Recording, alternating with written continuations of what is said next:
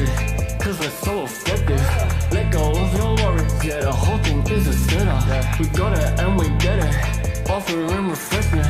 Level up your conscience, yeah, it's honestly the essence. This wave is uncontainable, facts are undebatable. You lanes are unrelatable, give a fuck about saving you. We could keep on playing you, you just keep complaining too. Game is unescapable, unless you're with the gang or no. Messing with the penguin, we're messing with the penguin. Messing with the penguin, messing with the penguin, messing with the penguin, messing with the penguin, messing with the penguin, fucking with the penguins, yeah, with the penguins. Coming with a vengeance, trying to make you come to your senses. Forget the general consensus, just pay attention. The rules to hell is paid with good intentions. I'm clenching my back wrenching, representing only the most superior independent media. We got that real shit fucking encyclopedia. We're bringing an end to this mass hysteria. They wanna know why it's so serious, cause you must be delirious. If you're still believing stuff, get a grip and show some evidence for your own claims. We don't play no games, we stay relentless, exposing those events. Quick DIPS are making an entrance, busting doors down, cause now's the time for interventions that I mentioned. We're affecting so many men across the spectrum. We stand out from the crowd, we don't blend in. Steady gaining tremendous momentum, there's nothing close resembling. Check the emblem, it's a penguin, not a gremlin. Just letting you know you're on an infinite plane, it's never bending. We strike like 10 Ben, killing all fears and breaking the tension. Got another Hawks army, digging deep in the trenches. Come and join in, be adventurous. Quit being so sensitive, forget the censorship, we ain't telling fibs.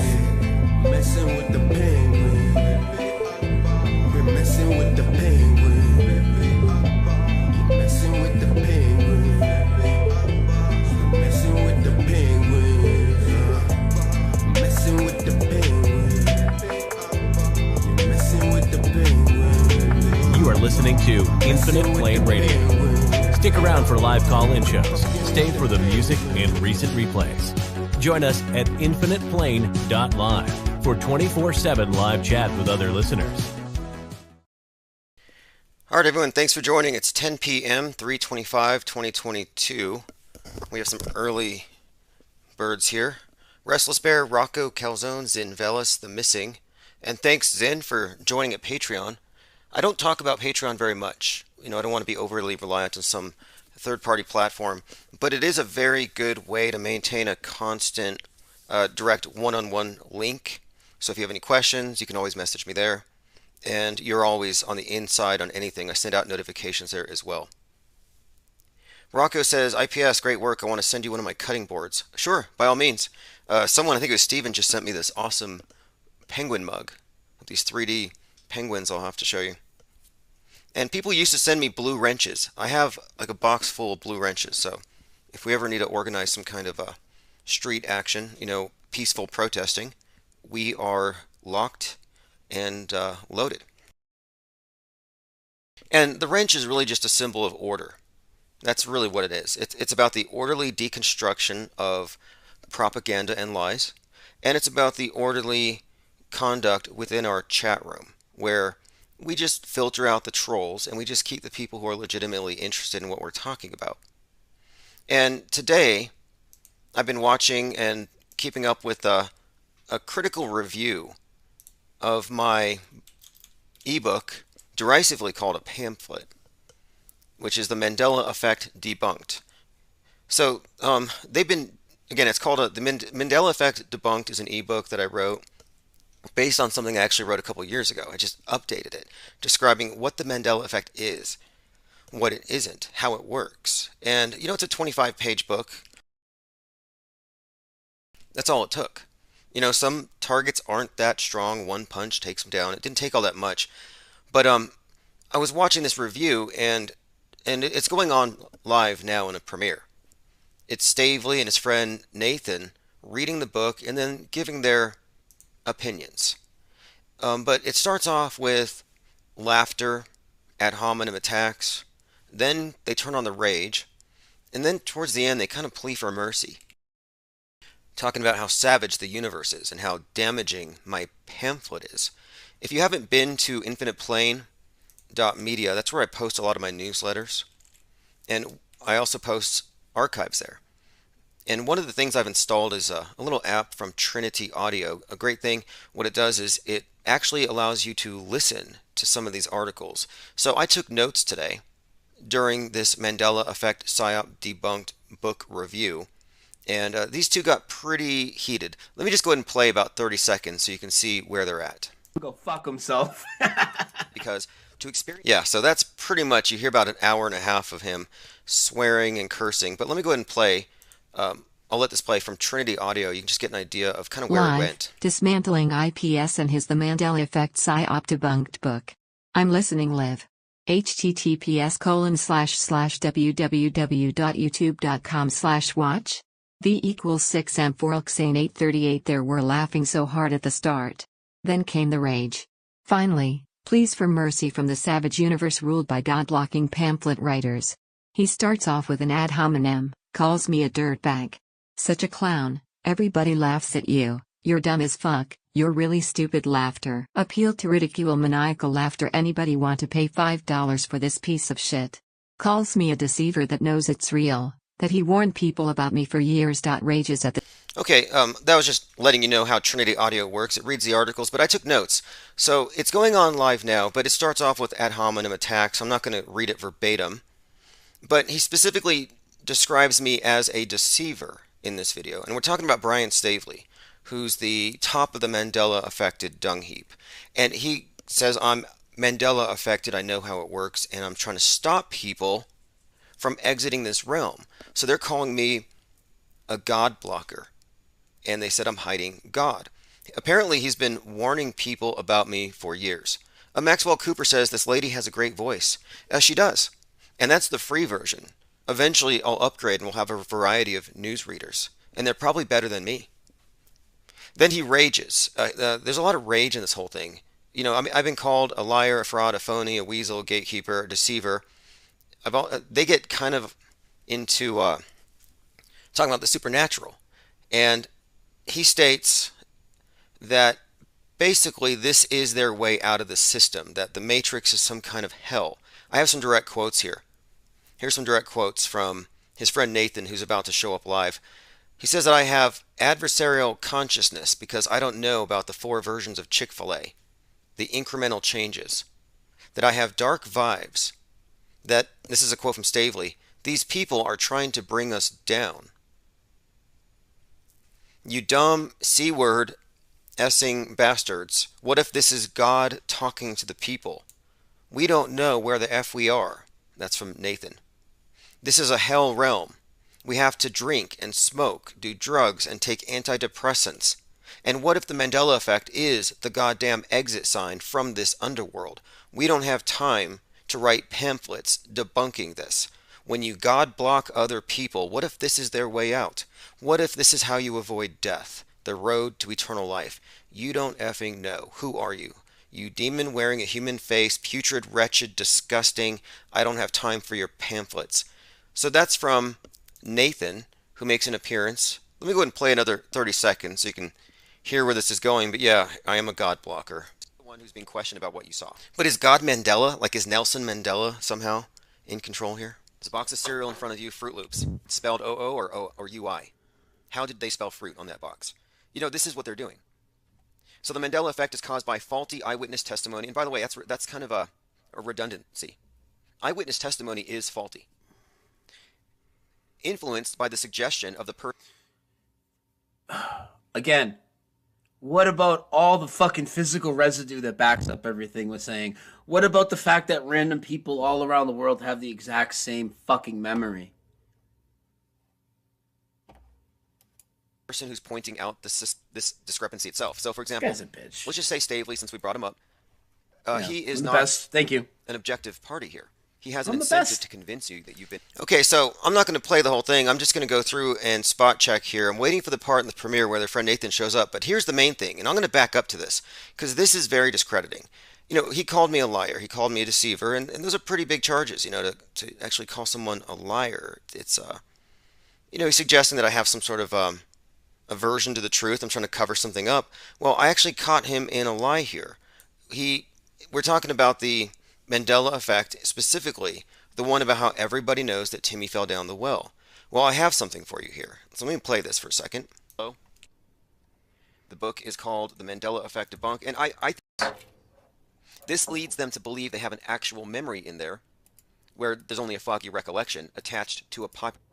So if we just got it from spoofs and all this other shit, why don't you explain specific pieces of residue that we've asked about? Why do you explain John Provost's autobiography, the guy that played Timmy? Why is his book titled Timmy's in the Well, if it's never happened? Okay, let's pause there. So he's talking about the actor who played Timmy in Lassie, and his biography is called Timmy's in the Well. So he's right about that. He really is. Now here's the problem, and I have a copy of it here. It's by John Provost. So he did a little bit of research. Look, the Mandela affected are just the worst researchers, and they're probably just bad at spelling. Like I said, it's almost like a conspiracy of F students trying to claim that they're the actual A students, and that the tests have changed. I mean, it's so backwards, because he says, no, John Provost put out a documentary called Timmy's in the Well, because it's an actual thing. It's an actual Mandela effect. Well, it took me 5 minutes of research, actually like 5 seconds, to figure out that the reason why he called it Timmy's in the Well, he was being ironic. He said, because the well is the one place Timmy never fell. He fell into abandoned mine shafts. He fell off cliffs. He fell into rivers. He fell into lakes. He fell into quicksand, but he never fell into a well. So John Provost was kind of poking fun at the fact that that's the one thing that never happened to Timmy. So he actually named his autobiography Timmy's in the Well. So now, having heard that, let me play right now where Brian Stavely claims that he has an actual recollection of having seen Timmy pulled from the well. Here we go. This is, in other words, this is a quote, a lie. Give me a break, man. Misconception. So a foggy memory attached to a popular misconception would just sit there. But then somebody with a Mandela effect agenda comes up and asks you, do you remember Timmy falling down the well? Yes or no? The false binary and the dynamic they set up is what creates this effect. And we'll get into that. Bottom line, the person making the claim owns the burden of proof. There's no obligation on behalf of the skeptic to provide evidence to a counterclaim. Occam's... We'll stop there, because I wouldn't walk up to somebody and say, do you remember Timmy falling on the well or no? It was so iconic, I would say, hey, did you ever watch Lassie? They'd be like, yeah. I'd be like, what's like the most famous episode that you remember? They'd be like, Timmy fell in the well, and Lassie ran to town and barked and got help. They came back and they got Timmy out. But hey, you can misrepresent us all the way. Keep going. That's what you need to do. Because actually, all you guys are some of the most closed-minded people ever. And an embarrassment. And as much as people might think I'm wasting my time even addressing this guy, there's so much bullshit still in here to come that I want to take apart and show you what these deniers and debunkers try and do and the lengths they go through. It's worth it for me to do this. And Hitchens' razors are enough. And, you know, this is another point. The reason why I even did this, I was listening to Stavely last night calling me, not me specifically, but everybody who doesn't believe in this thing, a liar. He said, deniers are liars. And I sort of resented that. So I thought, you know, if he's going to call me a liar, then he's putting the burden of proof on me. And I'm just going to call him. You've proven yourself a liar, and we're only not even 20 minutes into this video yet. I mean, pathological liar. Hitchens' razor. Okay, again, if you missed it, just a few seconds before, he's discussing this biography about the Timmy in the well, and it's not about Timmy ever having fell in the well, quite the opposite. He could have found that out if he did a little bit of research, but he didn't. So my point being, even though it seems trivial, he claimed live that he remembers Timmy being pulled from the well. And John Provost called this autobiography Timmy's in the Well because a well was the one place he never fell into. There's a few articles about this. It took me 5 seconds to debunk that one. David Pryor says every Mendoza point could be debunked if you just spend time on each one. Yeah, that's true, but exactly. My contention with my contention with the book here is that what we're looking at is the equivalent of a miscontextualized magic trick that plays upon well-known weaknesses and blind spots in human recollection, how we remember things, the influence and the bias introduced by the interrogator, the magician on the stage, who plants the suggestion, either or. And I did address point by point, but I think he glossed over where I got into detail about each one of these individual Mandela effects. And the thing is, I'm not really going to address the ad hominem attacks that he or his friend were into. It just kind of shows the weakness of their position. But one thing that did come out of this, and I'm going to go through the notes, is that we are looking at a religion. So I don't want to make fun of somebody's religion. These aren't real supernatural events. It's a mind game, and it's just like faulty eyewitness testimony puts people behind bars all the time. And what brings that out is the interrogator bias, the framing of the question. There are so many factors that go into it. All right, let us continue. I'm going to just play a few seconds, and then I'm going to go through my notes. Misheard lyrics, or do people sometimes get things wrong? We'll wait till he brings his friend on so you can kind of see the face of it, because I want you to see the meltdown, where it gets to become very religious. I have some direct quotes here again. When you God block other people, what if this is their way out? He emphasizes, now this is the main point of my book too. I said the reason why they introduced the Mandela effect is to undermine your belief in reality itself, to turn you into something of a nihilist. Like the world is a bad place, you got to get out of here, it's a prison. It's a very negative perspective. It's very dark. So I saw a lot of projection tonight. So his friend Nathan comes out to say, what if the Mandela effect? What if this is the arc? What if the floods are coming? We don't have a lot of time to F around with this. So then he didn't know what interrogator bias was. And he says, quote, you know what, Brian? They use big words like this. And you already know they're liars and deceivers when they do. So because I used the word interrogator, I'm somehow not trustworthy. No, I was just doing my research. And then he warned me. He said, and he tried to dox me.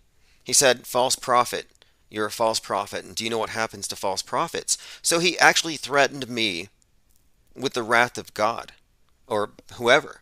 This is why I've been kind of only joking. I've been saying they don't want to talk about it, the forbidden Mandela effect, the one invented by Winnie Mandela, necklacing, where they put a tire around your neck, fill it with kerosene, and spark it. Kind of a cross between burning at the stake and a guillotine. It happens all at once. Your head pops off in a ball of fire. That's what they want to do to you if you don't believe.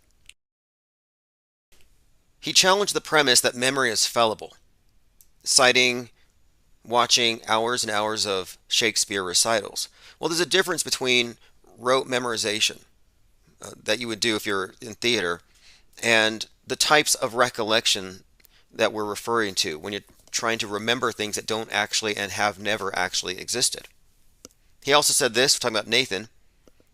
I don't know if this is who this person is. He's another Mandela effect enthusiast, and he claims that he's a playwright whose plays have actually changed right in front of him physically. So these are tall claims, and so they get really mad if you don't believe these claims, but the bigger the claim, the less reason you have to be angry when people don't believe them. You need to bring some proof. He said, quote, if they're not just ignorant, then they are deliberately part of the adversarial consciousness that runs this place. This may be our only way out. We may not get another chance. So again, Nathan had said, and you're going to hear this live in all caps, he said that I'm blocking the exits. He said, quote, and these are his words, nice people, shitting on somebody's hope. Maybe there is a way out of this hell. Then Brian interjects, this guy is hiding God. And then in all caps, you are effing hiding God. Congratulations. We may as well just call you NASA. Then Nathan calls me a consciousness assassin. He says, what if the cosmic cavalry is coming in to save us? Your nasty, dark consciousness is on full display. I'm scared for me, my family, and my friends. Something is wrong with this reality. Again, I am blocking God. I'm hiding God. I have dark adversarial consciousness. I'm a lying deceiver. Concealing the Mandela effect because it's the only way out. Adversarial consciousness, what does that mean? It means sing. It sounded like a bunch of church ladies in there. It really started to get pretty bad and very judgy. Again, it came off as a cult. Let me go ahead and go through some comments here. Art of Thinking Out Loud, Common Sense Analytics says Mandela effect is like drunk logic. Agreed. Isn't it? Portal Complex says he should call in, but numbers have disappeared on the rotary dial. They equate Berenstain Bears changing to God saving them. SpongeBob says the only way out is through Jesus. Well, they would disagree. They even say that Jesus was once crucified on a cross, but it changed to a tree. And my response to that is, how come people wear crucifixes around their necks, not little trees? How come there's a cross at the top of the church and not a tree? There's so many things that go into the creation of the Mandela effect, what actually creates this phenomenon, and then the group reinforcement aspect. And that's why I released the book, which really made them mad. And they derided the book. They call it a mere pamphlet because, sure, it's 24 pages, 8 by 10. It might be twice that in an ebook, but it's 3,000 words. How many words do you need to explain faulty eyewitness testimony, suggestion, the implanting of ideas, the false binary, the coercion of predictable responses, of filtering people into us versus them groups, of spiritualizing what is essentially a misunderstanding? I mean, they're cultivating a cult of wrongness, and it's so self-centric. I jokingly call it the me effect, M-E, because they call it the M-E effect. I'm like, it sounds like the me effect. The world revolves around me. I didn't misspell that word. I didn't get the test wrong. The dictionary changed. Reality changed. There's no way that I could be wrong. I'm infallible. That's their argument. Dilemma, does it have two M's or one? Because if they remember it with one M, they'll say the universe pulled one of the M's out. Jif or Jiffy? These are dumb questions, but the reason why they ask them is that it frames the question. It's not, hey, has your peanut butter changed? Any variation? Is there a version where the green is in front of the red, where the colors are switched? No, it's always there, either or. And there's a reason why.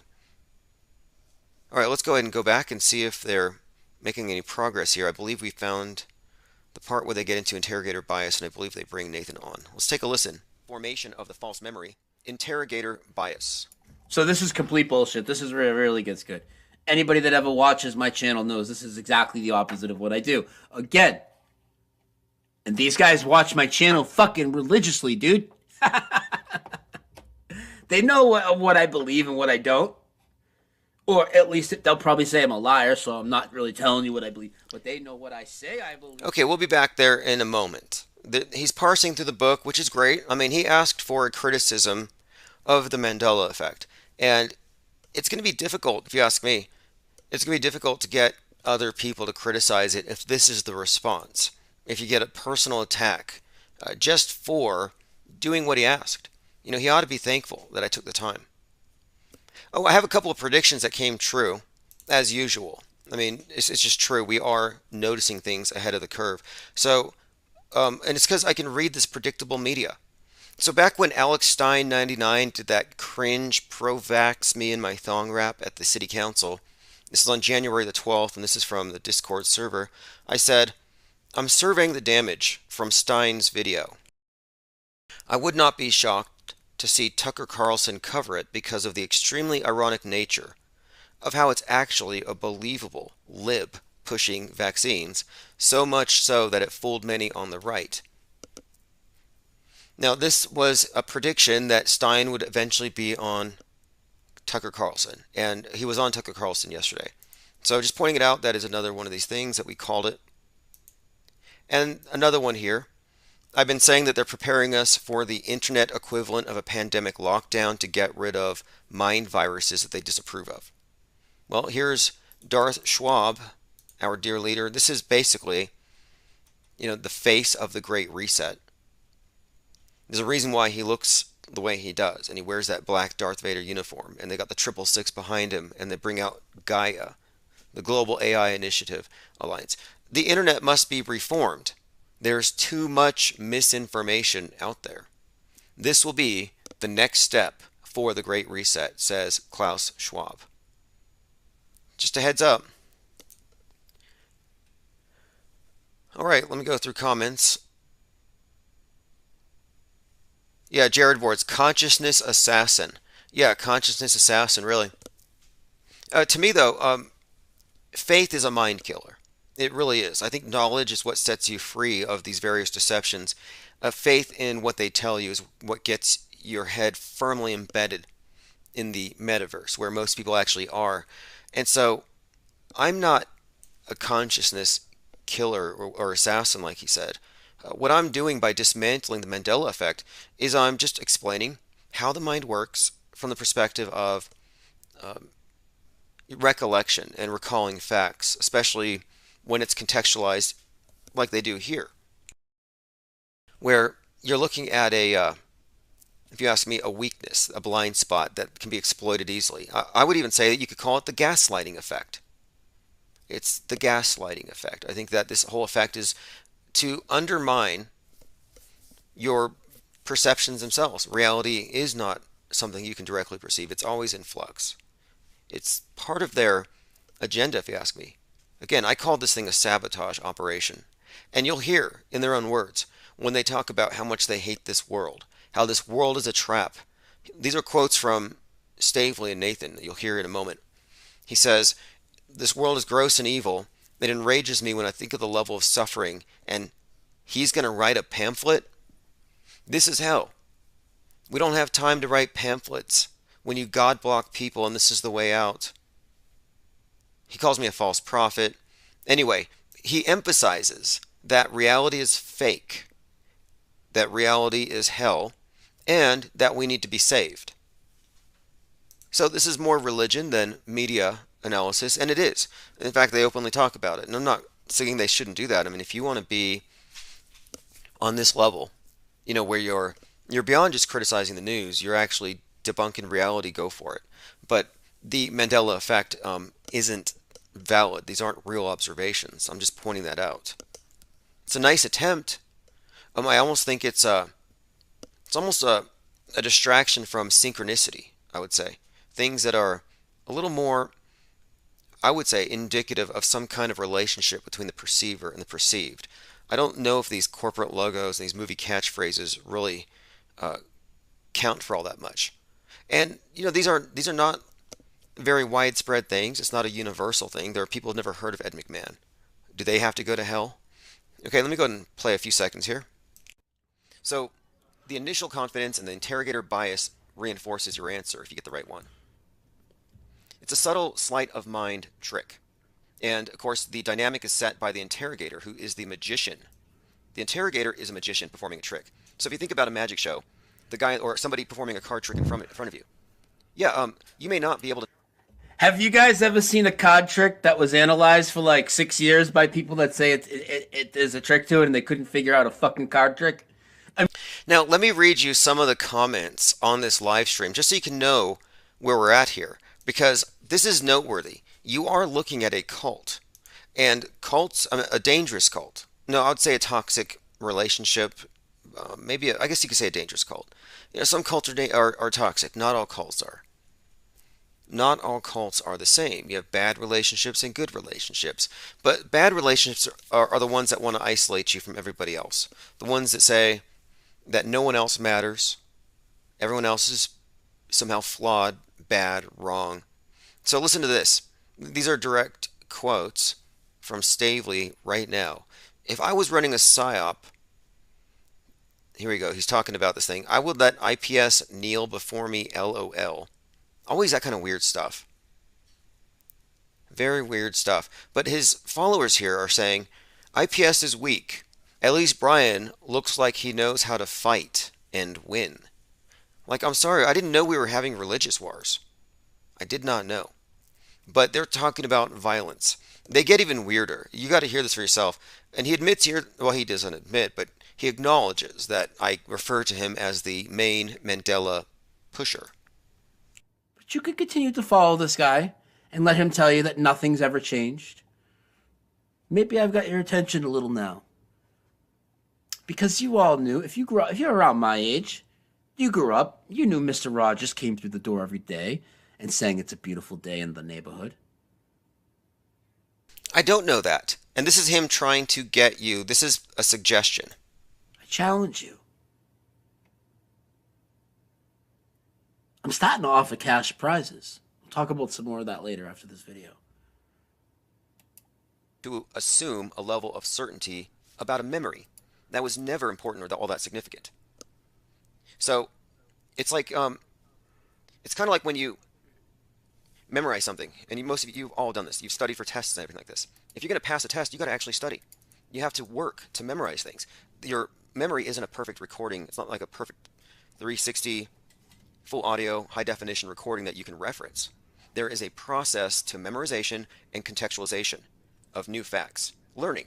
And we don't apply that process to minutia, to irrelevant things like corporate logos, or whether this particular character said this word or that word first. I mean, it's really not that important or critical. So you could see, you can minimalize it and say it's just logos and it's not that important or critical, but why can't you prove why can't you? Now look, I acknowledge it's not just logos. If you really get down with this whole idea, they talk about the body changing, ribs changing. They say there's more holes in the skull than there were before, because they seem to think the human skull is some simplistic version like you've seen in a cartoon. They're constantly finding new things out about the body that just blow their minds, and they say it's a Mandela effect. I don't address those because if you can debunk one of them, the whole thing is questionable. And to me, it's more about the methodology. You can bring me hundreds of Mandela effects to go through. I will go through them one after another. It doesn't change the fact that the way you arrive at the consensus is the trick. That's why they don't allow Mandela effects they have not approved. And they do act like they have some kind of ruling, governing body over the Church of Mandela, and they have to approve effects. It is legitimately a religious movement more than anything. They're evangelizing. And it's really based on a miracle, what they believe is a miracle. And look, you can find many examples of churches where the statues cry blood. The Catholic Church, I mean, look at the Vatican's history of using miracles and corpses that didn't rot. I went to a church based on a saint who was so incorruptible that when they dug her up, because that's normal to do, right? Yeah, let's dig up this dead 15-year-old, and her body was not corrupt. So they make her into a saint. Anyway, they faked it with a wax dummy. I saw a picture from some kind of display they had. It looked like it was from the 40s or something, and it just looked like a dummy.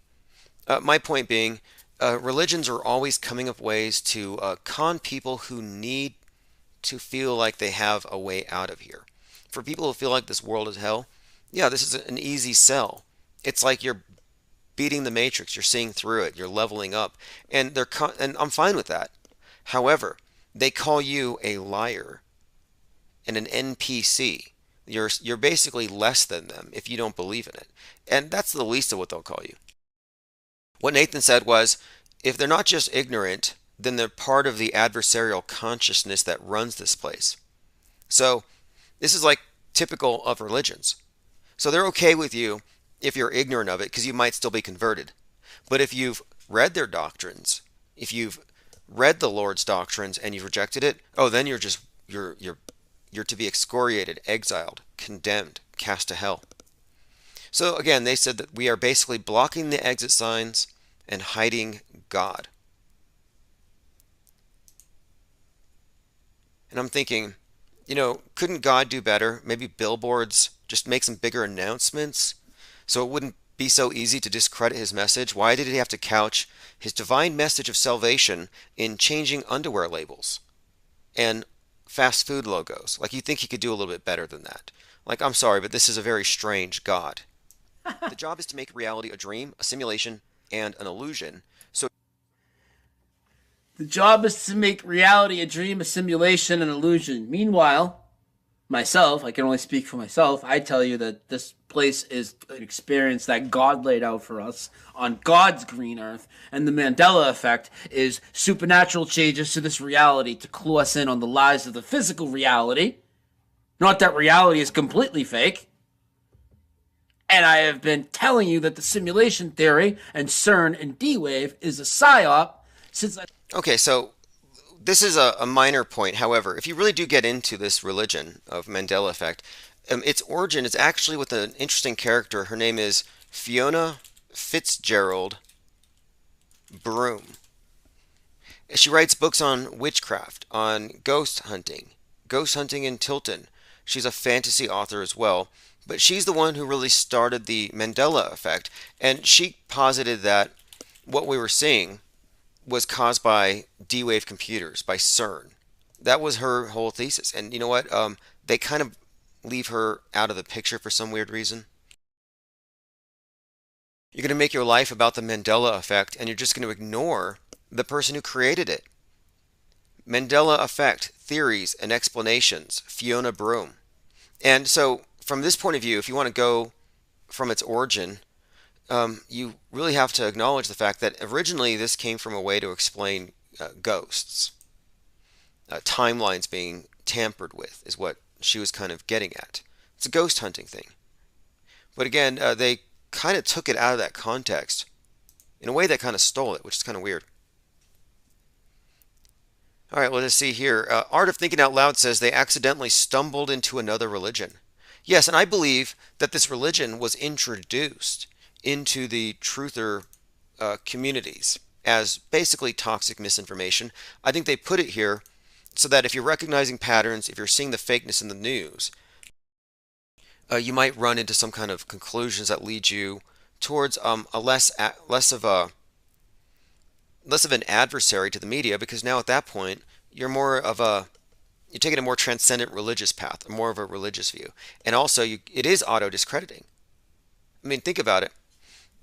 If someone asks you in the same breath, can you explain to me how you know 9/11 was a hoax, and you do so, and right after they ask you, have you noticed anything weird in your life changing, like your underwear labels or your peanut butter, and then you can rattle off all the food items that have changed and all these changes, it's discrediting to you as a witness.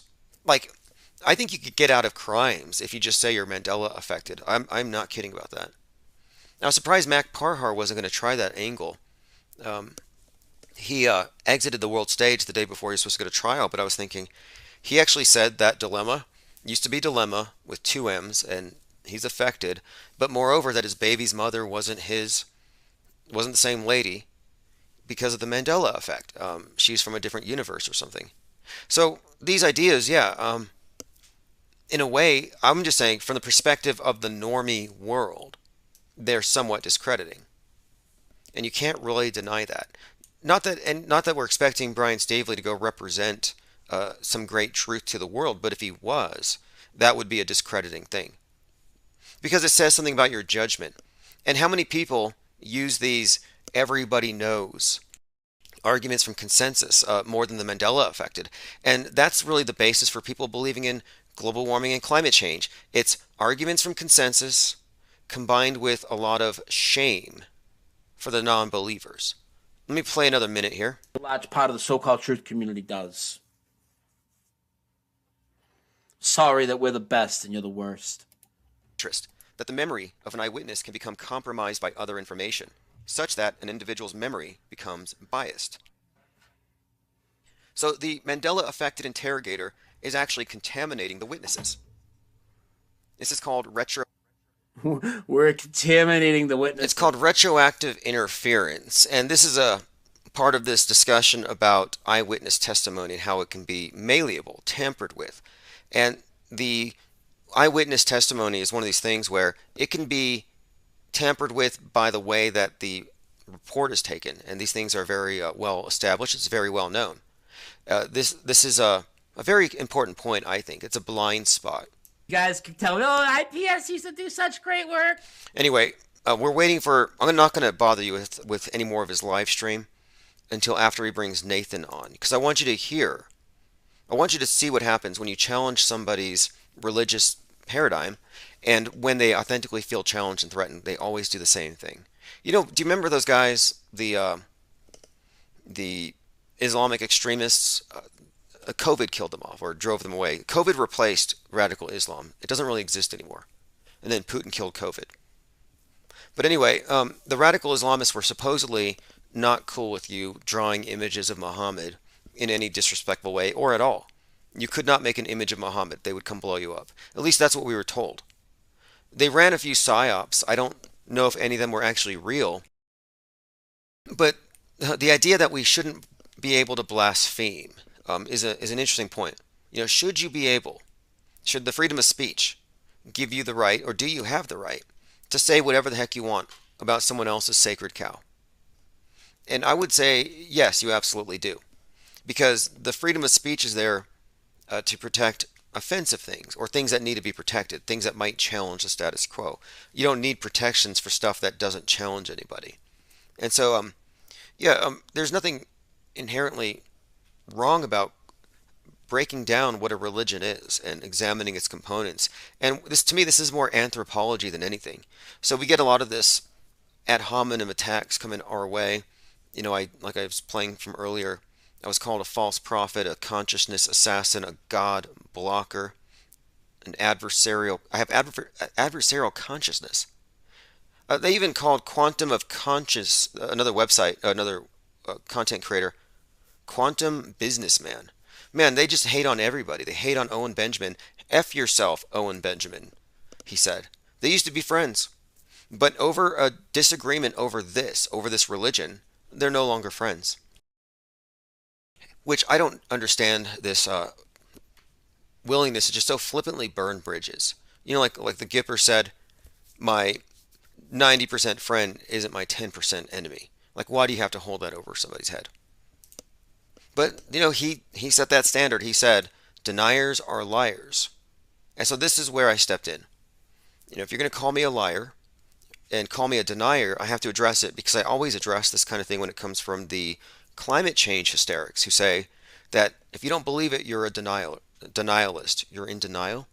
No, denial suggests that you've actually brought forth an adequate burden of proof, and I'm ignoring it. And that's not what's going on here. David A. Pryor says, that's weird. They attacked a fellow Menduzaler. Yeah, I noticed that religions are always like this, though. And I've seen this as a pattern. Claptrap says, IPS can be on Jeranism Thursday Baby Truther Show. I would go on there to talk about the Mandela effect, because I think it's this big of a deal. I think it's worth talking about, because we're always talking about psyops and the news media and mass media gaslighting and just all sorts of really high-tech mind effery. And if anything, the Mandela effect should be a learning, a teachable moment here. How did we get caught up in this? In fact, even Owen Benjamin was a proponent of this theory until he really looked closer at the Field of Dreams one. But they play these games. They'll say, well, not everybody experiences the same one. And it gets a bit convoluted. I want to say thanks, Frank.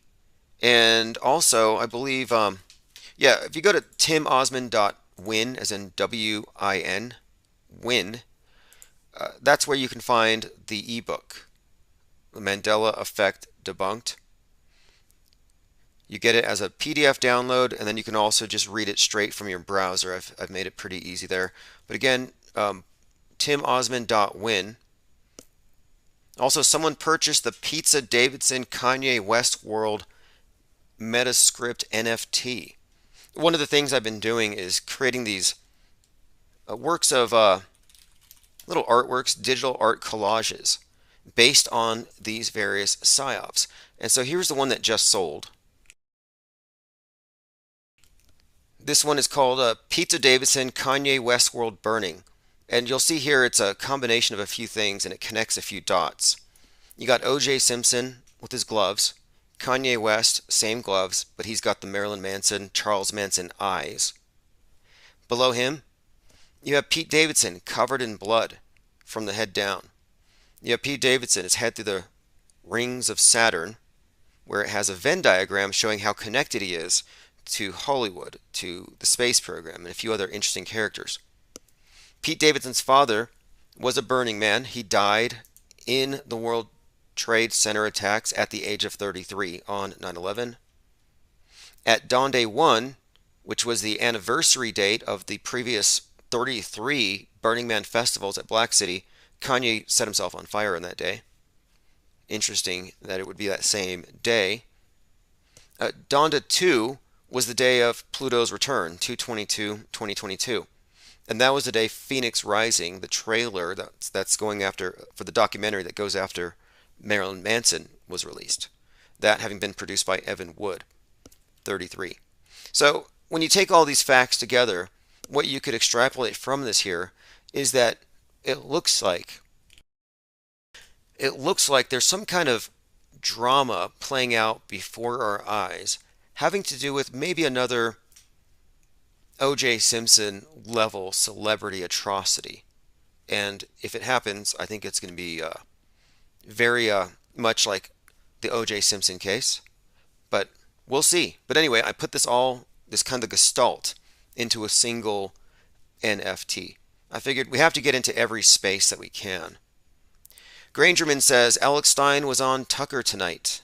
Yeah, actually, I pointed it out. I actually called it out on January the 12th. I said, Alex Stein's going to be on Tucker Carlson. I would not be shocked because of the extremely ironic nature of how it's a believable lib pushing vaccines, so much so that it fooled those on the right. Yeah, I predicted it back on the 12th of January. I said, this is so dumb, it's going to be on Tucker Carlson.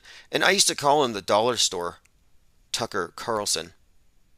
But he really created a niche for himself. I was kind of curious about where this would go. I thought, can you do this more than once?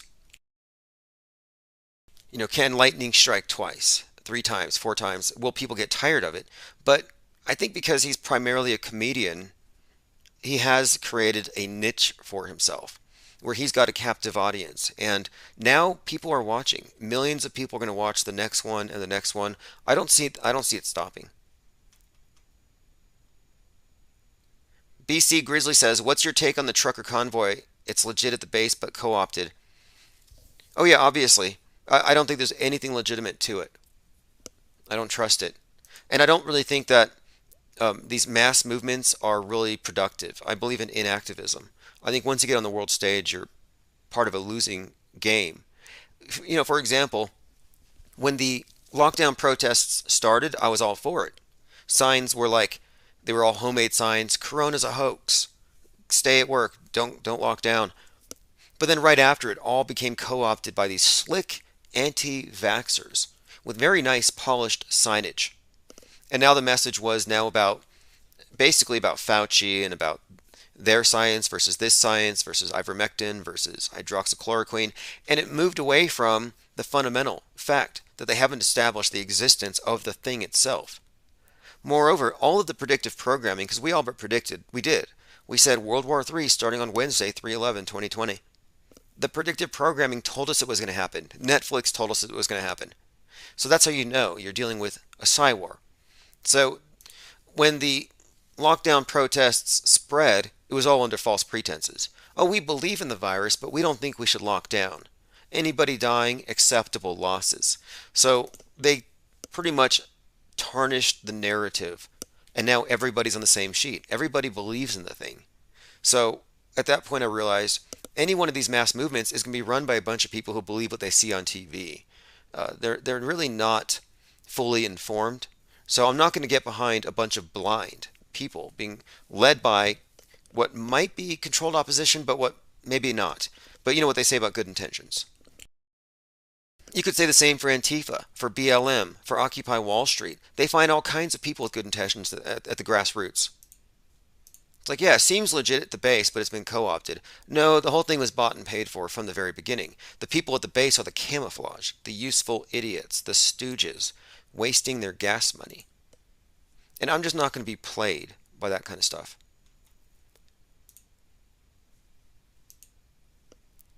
Yeah, Grangerman, this is a good point too. I listened to the Alex Stein thing.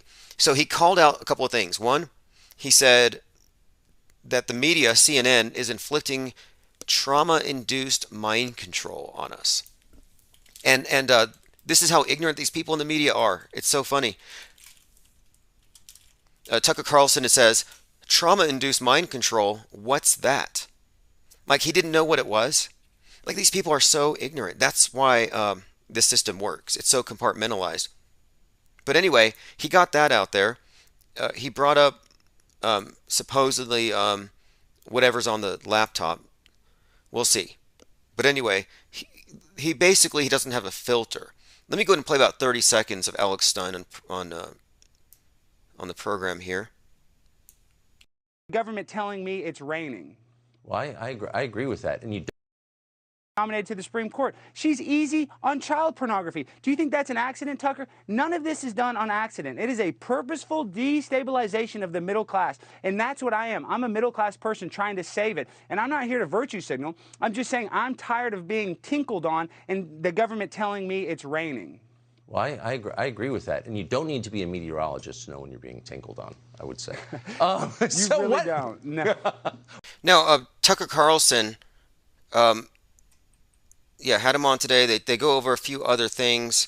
Mostly, though, like I said, he didn't know what this MK Ultra was. And I thought, well, that's kind of funny because some of these people, when they don't know, they say something. And if people search it, it usually opens up a can of worms. Anyway, it's an interesting clip. I'm going to go ahead and drop a link if you want to watch it. I'll play a few more seconds here. Helping them.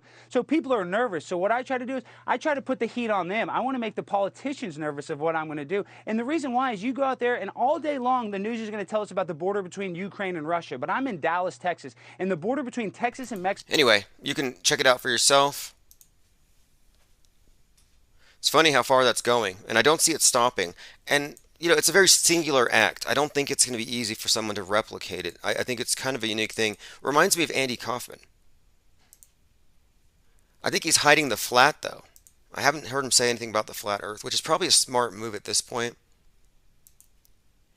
All right, just heads up again. Even though he said he hates liars, and his friend Nathan said they hate liars, Brian Stavely claimed tonight. He claims to remember, and I actually have a verbatim quote here. He actually claims that he remembers Timmy falling down the well and being pulled out. Quote, I remember them bringing him back alive. And of course, again, as I explained, he cited John Provost's autobiography, Timmy in the Well, as evidence that Timmy did fall in the well when he chose that title to be ironic because that's the one place Timmy didn't fall. All right, let's see here. I was going through the comments. Infinite Muse asked him, why not address IPS's Mandela effect points rather than ad hominem attacks to avoid dialogue? Exactly. Great point. But yeah, they've gone full Mandela Akbar. It's become an extremist religious faith at this point. And you're going to hear some of it here shortly. Your mom goes to college says, is this live or did I miss it? You can find the text alert sign up at infiniteplane.media. So if you go to infiniteplane.media, at the very top of the page in the middle, there's a sign up little widget there and you can get onto the text alerts. Or just go to infiniteplanesociety.com. I'll be sending out notifications again starting tomorrow. I was out of units, but this one NFT sale will purchase a few more days worth. We've been going through my ebook review. I did an ebook, I published it a few days ago, The Mandela Effect PSYOP Debunked, where, among other things, I equate it to a magic trick. And that's what I think it is. I think it's, in many ways, it's a magic trick. And what you have is a lot of people are falling for this thing because they're not quite sure how this can work. And I'm explaining it and they don't want to hear it. I'm simply reverse engineering a deception. And I think this is intentional. I actually do believe that the powers that be wanted to throw some misinformation into the field of media analysts, people who are seeing through things, and move them into simulation theory, or very close to that. Move it into mysticism, move it into the supernatural. And to me, again, being hypercritical consumers of information and media critics, I don't think you can do so from the perspective of a mystic. I think that what we're doing here is very methodical, and it's fact-oriented, and it's based on observations and evidence. And of course, the Mandela effect is Again, it's more of a new age phenomenon, if anything.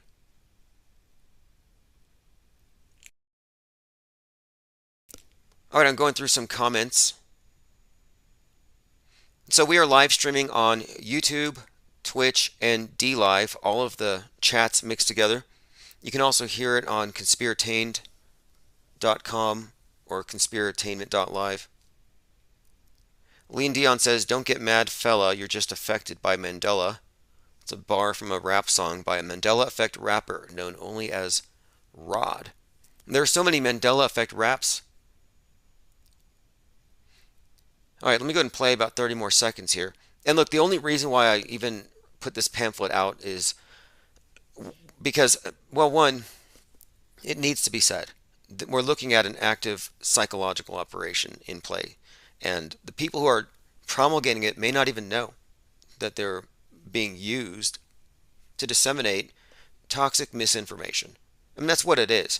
We're talking about a deliberate act of gaslighting somebody into misinterpreting something. That's what we're looking at here. I think it's a magic trick, and it definitely would not happen were it not for the interference of the interrogator. I'm going to play about 30 seconds of this review. The magician is the interrogator with an agenda, pro-offering a very suggestive set of questions designed to elicit some very specific responses. The Mandela effect. Yeah, very suggestive when I walk up to somebody, hey, what animal lied with the lamb in Isaiah 11:6? And they say lion, when I didn't suggest anything. And there's many other animals in the Bible, right? That's so suggestive of me. Frauds. Is a magic trick. It poses as a miracle. It poses as something even supernatural. But it is, in fact, nothing more than a psychological operation. And I'm going to close this segment with, it's easier to fool people than convince them that they've been fooled. That's a quote from Mark Twain. It is easier to fool people than convince them that they have been fooled. It's almost an ego thing at that point. Lean Dion says, "No point in arguing with a fool." Yeah, for me, this is, I didn't even start off from an adversarial direction here. I was not trying in any way to confront him. More or less, I was just responding to his challenge. But I didn't think that this was going to escalate in any way. I didn't actually think it would be taken like this.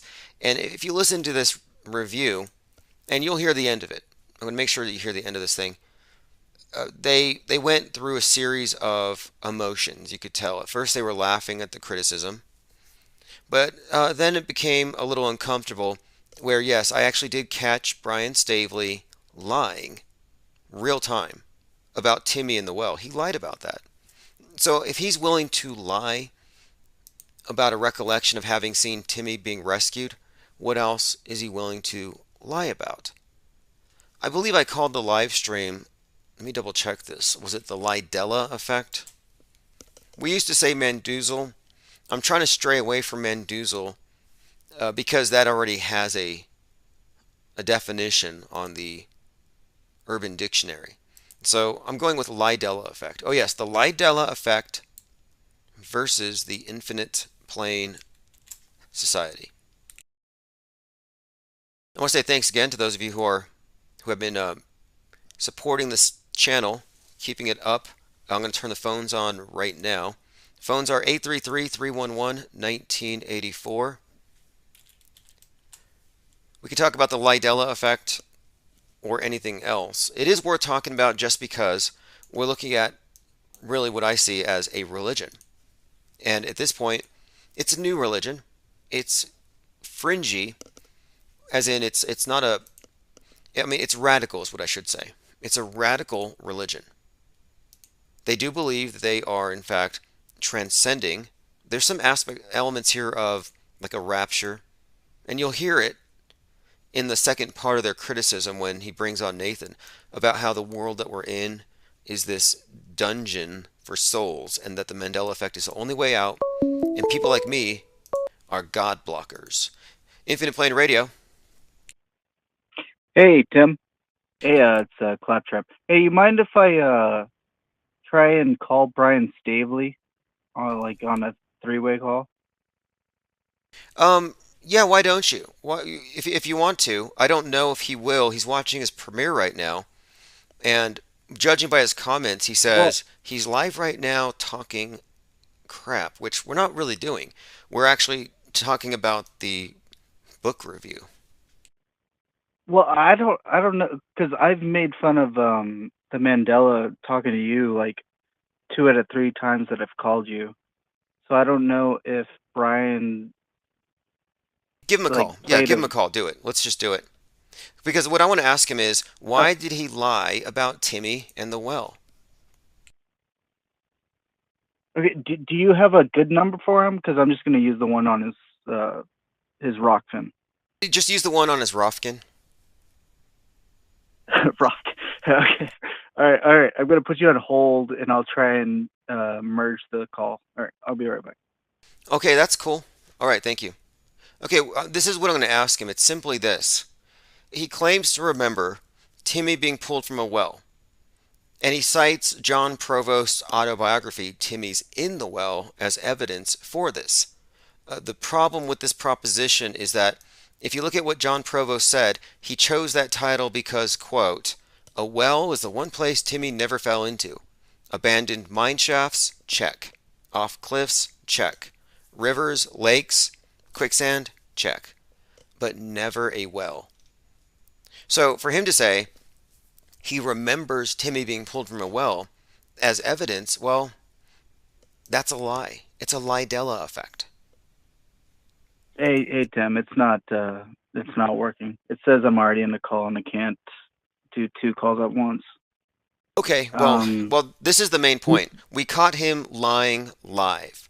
And if he doesn't address this lie, I'm going to call it the Lie-Della effect every single day until he addresses his lie about remembering Timmy coming out of the well. Yeah, I just tuned in like 7 minutes ago, so I don't know what lie it was. I tried to pull up his video, but I can't stand him, so I kind of skimmed through it, and I just saw his him watching your video IPS exposed or something.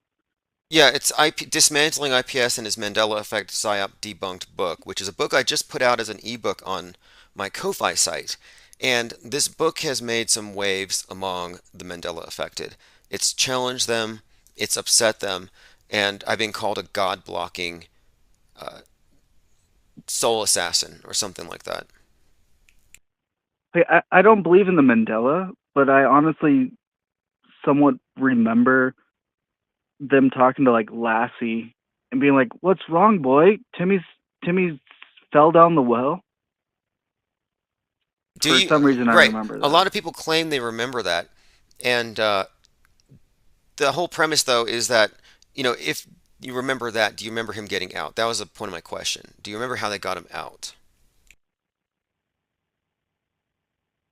Well, I don't Because like. I saw it when I was like SpongeBob it was like says I was like 4. SpongeBob 77 says I remember Uh, Gramps using a ladder to get him out. Lassie went out and got Gramps. Well, here's the thing: you can actually find parodies of Lassie in the well. And when it comes down to it, there was a guy that fell down a well. It was an oil man. And Lassie goes to get the mom because he pushed the guy into the well, some oil prospector. So there is a drama with Lassie in a well, but it's not Timmy in the well. It's some oil prospector that Lassie pushes into the hole. So um, my point being, is your foggy recollection that you may have remembered something at the age of 4 evidence that the reality around us has all shifted and that you've experienced some sort of transcendent miracle? Or do you just not even know? yeah, I think Owen Benjamin did it best when ex- he talked about what the if you build it, they will come. I don't even know the movie it's called off of, or if you build it, he will come. And Owen was like, you got to address this one Mandela, and you can't say, okay, maybe not that one, but how about these other 3? Like, you can't say this one might be debunked, but how about these other 4? Now, So you gotta. here's the context for his lie, though. So the guy who played Lassie put out a biography, an autobiography called "Timmy's in the Well." So Brian Staveley says that I'm misleading people because even that biography is an indicator that Timmy fell in the well. Well, like I said, John Provost said, I named it Timmy's in the Well because it's the one place he didn't fall into, and he lists off all the places Timmy did fall into. So even John Provost said he never fell in the well. So the idea that he did is really just it's a popular misconception, and it's based on There has to be something in that era, in like the early 1990s, where Timmy fell down the well and something else does because. there does there. I mean, there's parodies, there's Well, people making I jokes with the remember phrase, I but remember I remember them talking to a dog, or I have a memory of them talking to a dog like, "What's wrong, boy? Timmy fell down the well." And then like the dog's barking, and then like they go. I don't look, remember. I just remember. here's what I find funny though. So people will say, well, I remember a movie about Sinbad as a genie, and it was on prime time, and they have these recollections of movies that never existed. I'm saying, look, if you saw this movie and it was so killer that they put it on prime time, and it hasn't been produced, why don't you just write the script down and produce it yourself, since it's obviously a good script? Am I right? Yeah, Shazam and Kazam. I don't know. That's what gets people because for some reason we believe it or we remember it. It might have been like some mad TV sketches that we're recalling, Exactly, but and they here's the just thing: mocked it. the Mandela effect interrogator will take someone like you, who has the this foggy assortment of recollections, and they'll present you with a binary saying, "Oh yeah, this is the truth, but this is the misconception," and they present it to you in such a way as which one do you believe, one or the other, which do you recall, and it would be very easy for you to say, "Oh yeah, he did fall down the well. I don't remember everything, but I remember that much," and then once you go that route then you're kind of in their camp where you didn't even have a solid memory, but they offered But you. the camp is, yeah, the camp is. I 100% know it was Jif peanut butter. JIF. It wasn't Jiffy peanut butter. So I 100% remember that. And if they try to say like, no, it was Jiffy or it's now Jiffy, uh, well, it would have to be a hard sell to say it's now Jiffy Well, look because I'm pretty look. sure it's I'm Jif saying this still. though. I'm saying the whole thing is based on this. You take foggy like this is almost like people who haven't studied for tests and they're doing their best guess. You're trying to give me your best guess as to whether or not you actually know this because you don't actually have a memory. You couldn't draw Timmy in the well. Was it a wishing well with a bucket, or was it just a hole in the ground? Do you have that detail? Probably not.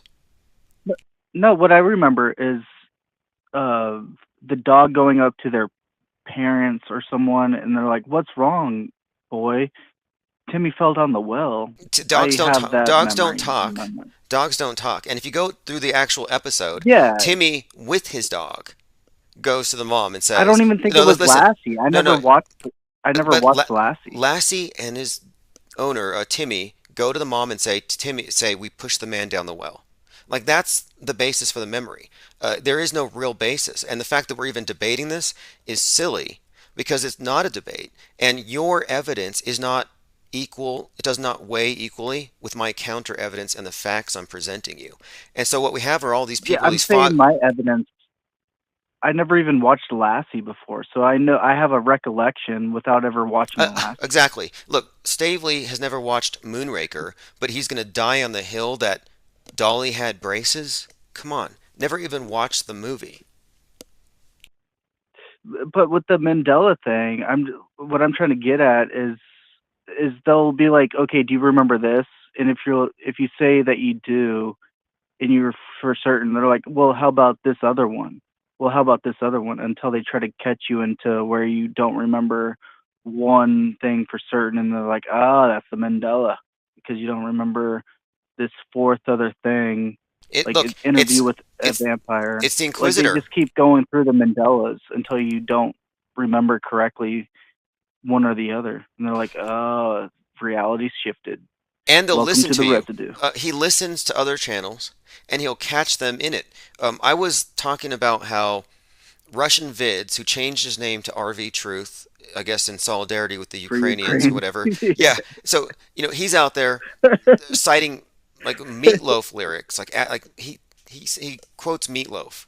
So I write about it in a blog, and then Stavely says, "Oh look, IPS is Mandela affected because he spelled meatloaf as one word." So he started it, and I responded to the Meatloaf thing. Well, Meatloaf himself has said, "I hate it when people make it one word." Like he's actually called people morons over that. So that's not a legitimate Mandela effect. And so I'm constantly seeing these Mandela effects that I debunk, and they just move on to the next one like it doesn't matter. And to me, if you debunk one, it should call into question all of them. And so they're so squirrely about this whole thing. Yeah, that's what they get. That's how they get it. Because like, if you're able to for sure debunk one, they're like, well, how about this other one? Well, then how about this one? Until Hey, you yeah, get to where you're like so fringe, you don't know really. You have like a small recollection, and they're like, we got you. But it's yep. Now listen to this. I'm going to play a clip here of this guy that he has on Nathan. This is a meltdown. I'm going to play like 30 seconds. The either or, it's both. So unless you understand that, you're not really you're not debunking anything. There's more than just that line that changed in that film. Yeah, I'm putting on the screen. There were several changes that accommodated. Okay, so this guy on the screen, Nathan, is the one who has the major meltdown. And I'm just going to have the sound off. When his face turns red and he starts quivering, then I'll turn the audio on so people can see this. Because what we're seeing is a religious fanatic calling out a non-believer. And he even said that I'm a false prophet. I saw this guy. I tried to skim through it just because I was wondering if they pulled up me talking to you about the Mandela. And I was like, I'm the worst person to bring up. No, this is a pre-record from a few hours ago, and this is the one I had watched, and I was just kind of surprised that they lose their composure so fast, because I don't engage in ad hominem. I have nothing mean to say about Stavely personally or Nathan Sanders personally. I don't know them. I'm just talking about the information and the Mandela effect and how it's created, in my opinion.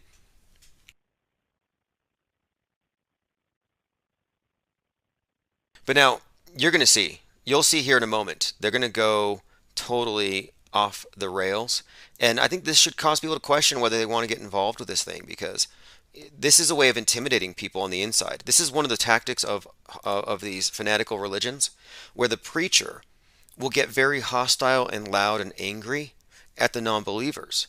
So what does that do? It forms a wall around you, because if I go outside of this circle, I'm going to be one of those that gets that heat. So it's an intimidation tactic that works on sheep. Yeah, they attack the insecures, like the people that have slight insecurities. That's what they're attacking.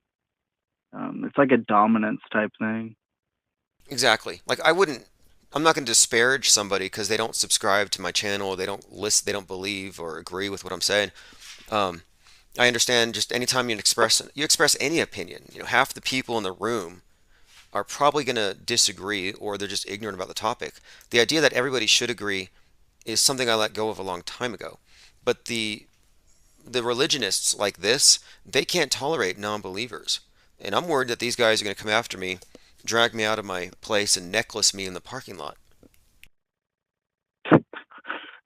Will I be able to hear it if you play it? Because I'm Actually, probably not. But if you want to, yeah, I'm going to go ahead. We'll just I'm going to play some of that now. So if you just want to go back in the chat and have a listen, and if you want to call back after, that's cool.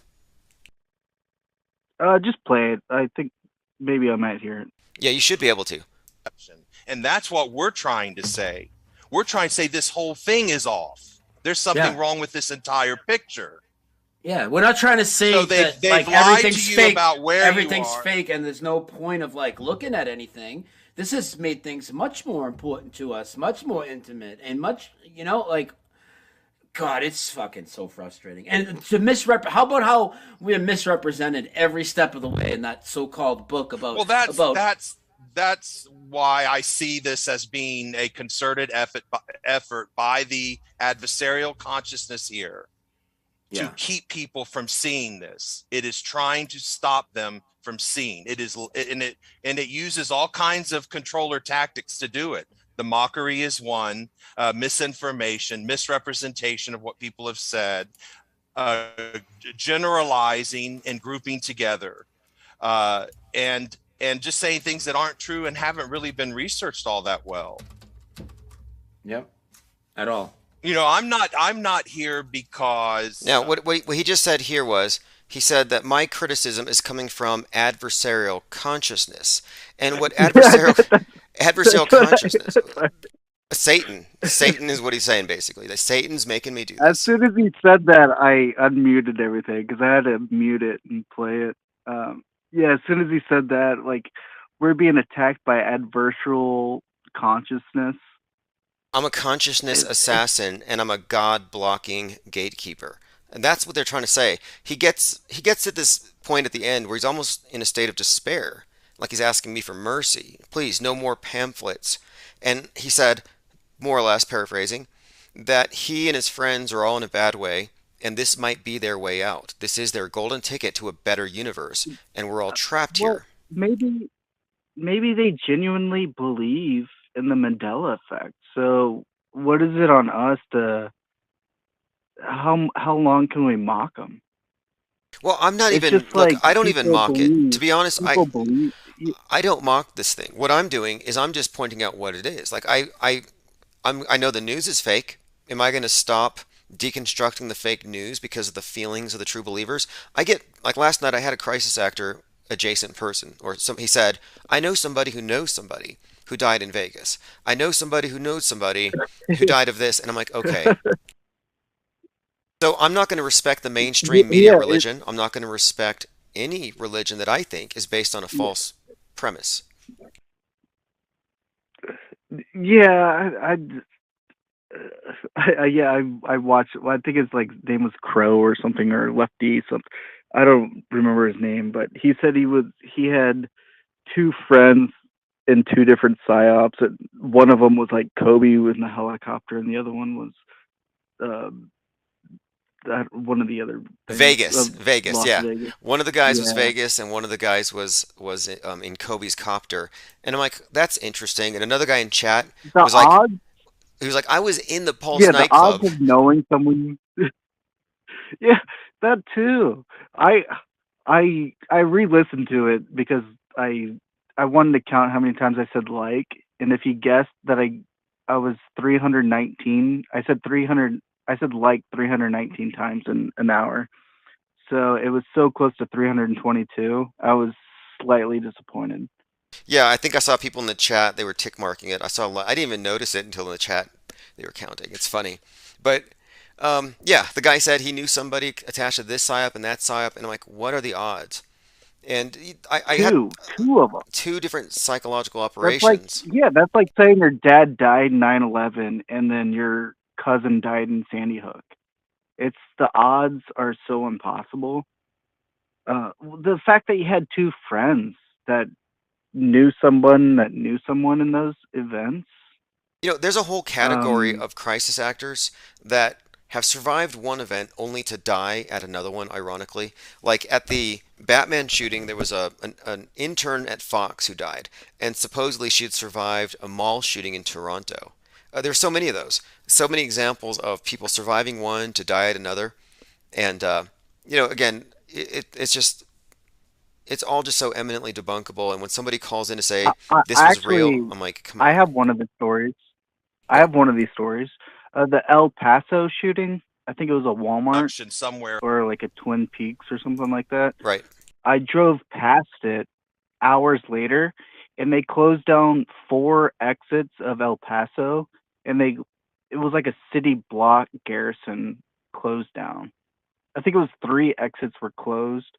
You could exit the highway, but you couldn't take a left and go to the supercenter.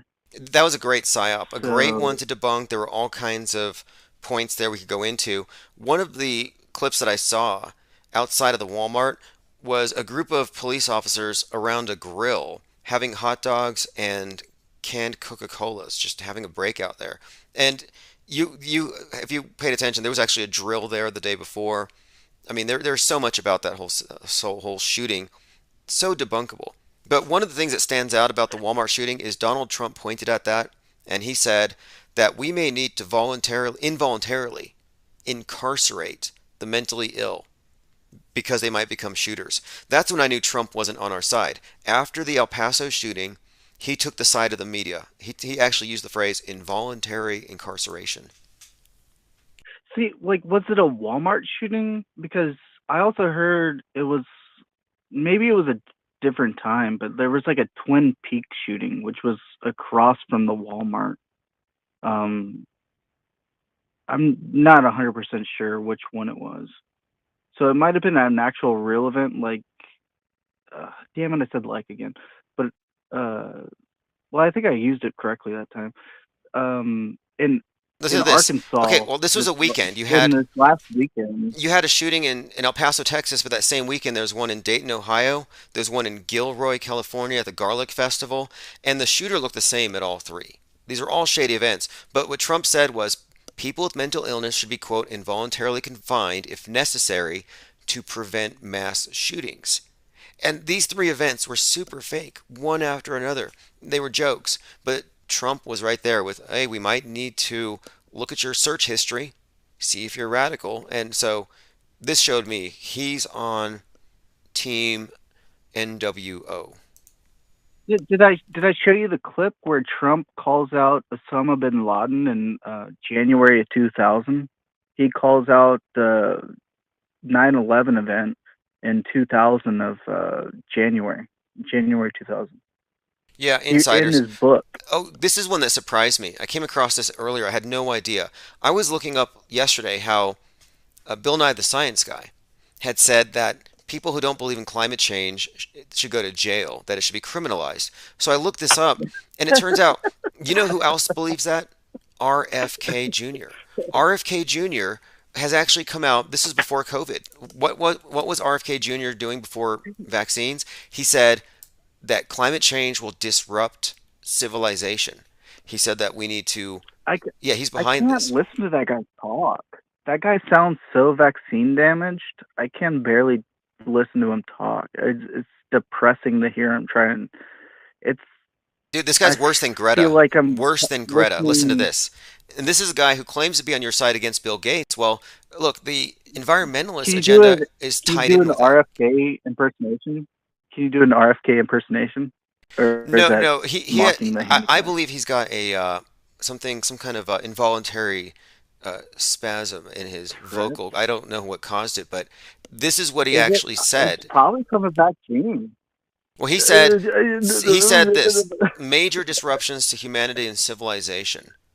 That he's a resolute defender of the environment. But anyway, he's been in favor of climate lockdowns long before Greta Thunberg came out on the scene. How dare you? Yep, exactly. Okay, somebody in the comments says his voice is the result of a vaccine side effect. It's a spasmodic dysphonia. And I don't think it's caused by vaccine damage. I don't think he made that connection. Although there should be video of Robert when he's. I'm trying to talk slow so I don't say like and hum a lot.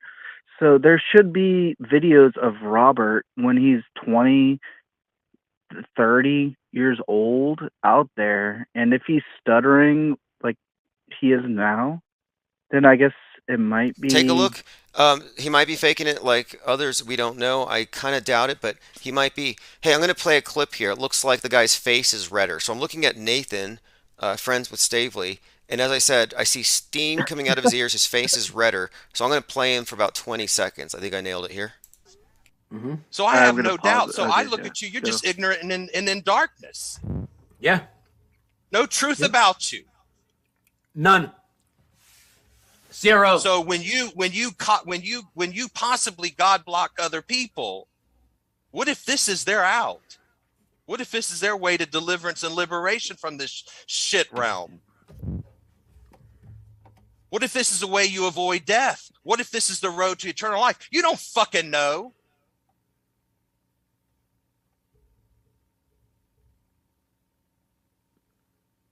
Okay, so what he said there, Who I are stopped you? at What do God you block. know, I stopped at God block. Jacob? I I unmuted after God block. I was Yeah, like, oh so my god. I'm a God blocker, is what he has said, and that this is their way out, that this is salvation. So again, they're saying that the Mandela effect is a way to avoid death. It's a path to eternal life. So this is why he's saying, like, exile the infidel, off with his head, because what I'm doing is I'm threatening their religion, and it has turned into a religion, and for them, it's a path to salvation.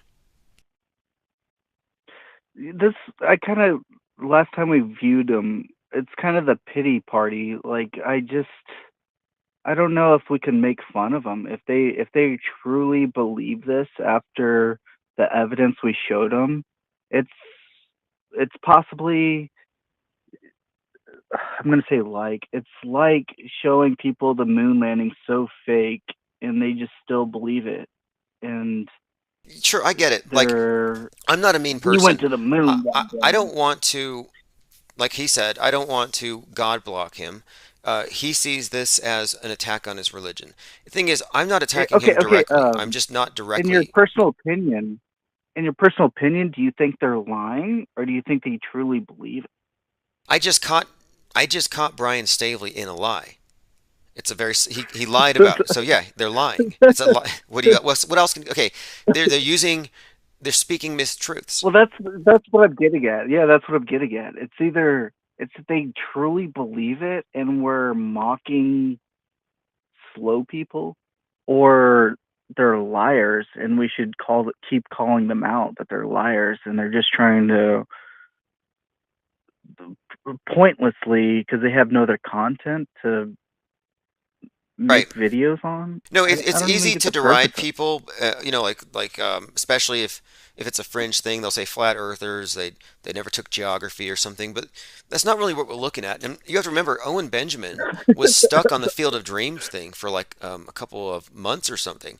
And to me, this is about faulty eyewitness testimony. You being the eyewitness and not realizing that you entered into a dynamic with this conversation, which creates this effect. And so this is the misinformation effect. And it's a magic trick. And so they're lying in a sense. A lot of them are just ignorant and they're fooled. So a lot of them have been fooled. But Stavely, by all definitions, is a liar because he lied tonight live and he said he saw Timmy being pulled from the well. I didn't. Do you want me to watch it? I mean, I guess I No, can. you can just take my word for it. I'm I not have gonna a watch direct it. quote from him. He did say that he saw Timmy being pulled from the well, and he cited as evidence that Timmy was in a well the autobiography of John Provost, aka Timmy. And in the autobiography, he said he named it Timmy's in the Well because it's the one place Timmy never fell. So he listed off mine shafts, cliffs, rivers, lakes, ravines, quicksands, but never a well. So Stavely didn't even do the basic research. So I searched this today after I caught him lying about having seen Timmy being pulled from the well. So to answer your question, yeah, it's the Lie-Della effect, unless Stavely addresses this. So I'm not even going to call it Mandoozle anymore. I'm going to call it Lie-Della until he addresses this. Lie doozled. But honestly, I've never watched Lassie. Um, but I have a childhood memory of some parental figure being, "What's wrong, boy? Timmy fell down the No, well." Like again, this is there's we already went something over out this, and these there. people go over this stuff for There's a 8 hours. parody. They'll go over this stuff eight So hours a day, 7 days a week, like it's the most interesting thing in the world about some foggy no, recollection they may 100%. have. There's a Look, parody out there. There's a parody out there yeah, for this has sure. That's already been debunked. It's something not even for something like that. debate, FYI. It's just not. It's literally the misinformation effect. I have diagnosed this disease, and people can choose to keep it if they want. It's malware for the mind. It's no different than any other religion. And tonight, masks are off. These guys have dropped their masks, and they pointed out that the infidels are the problem. He called me all sorts of bad things. Um, really, these guys are frothing at the mouth with Yeah, he hatred. called you a heretic. He called you a heretic or something. He called me a soul assassin, a consciousness killer, a god blocker. I have dark consciousness, Isn't that a heretic? and I I'm try to abbreviate the heretic, but I think that's yeah, he went pretty hard. I'm gonna have to watch it. I didn't really watch it. Well, yeah, again, and Um, so here you have people though who saying, I don't know. I don't know. Maybe I don't know. And that's the opposite of where I'm at. The Mandela affected have lost touch with reality. And they're happy to say, I don't know, maybe, maybe not. They're ambiguous about everything. I don't exist in this fog. And I only acknowledge something is real if it can be demonstrated to be real. Not necessarily by my own personal one-on-one. It depends on how big of a challenge to the status quo, how extraordinary of a claim that it is.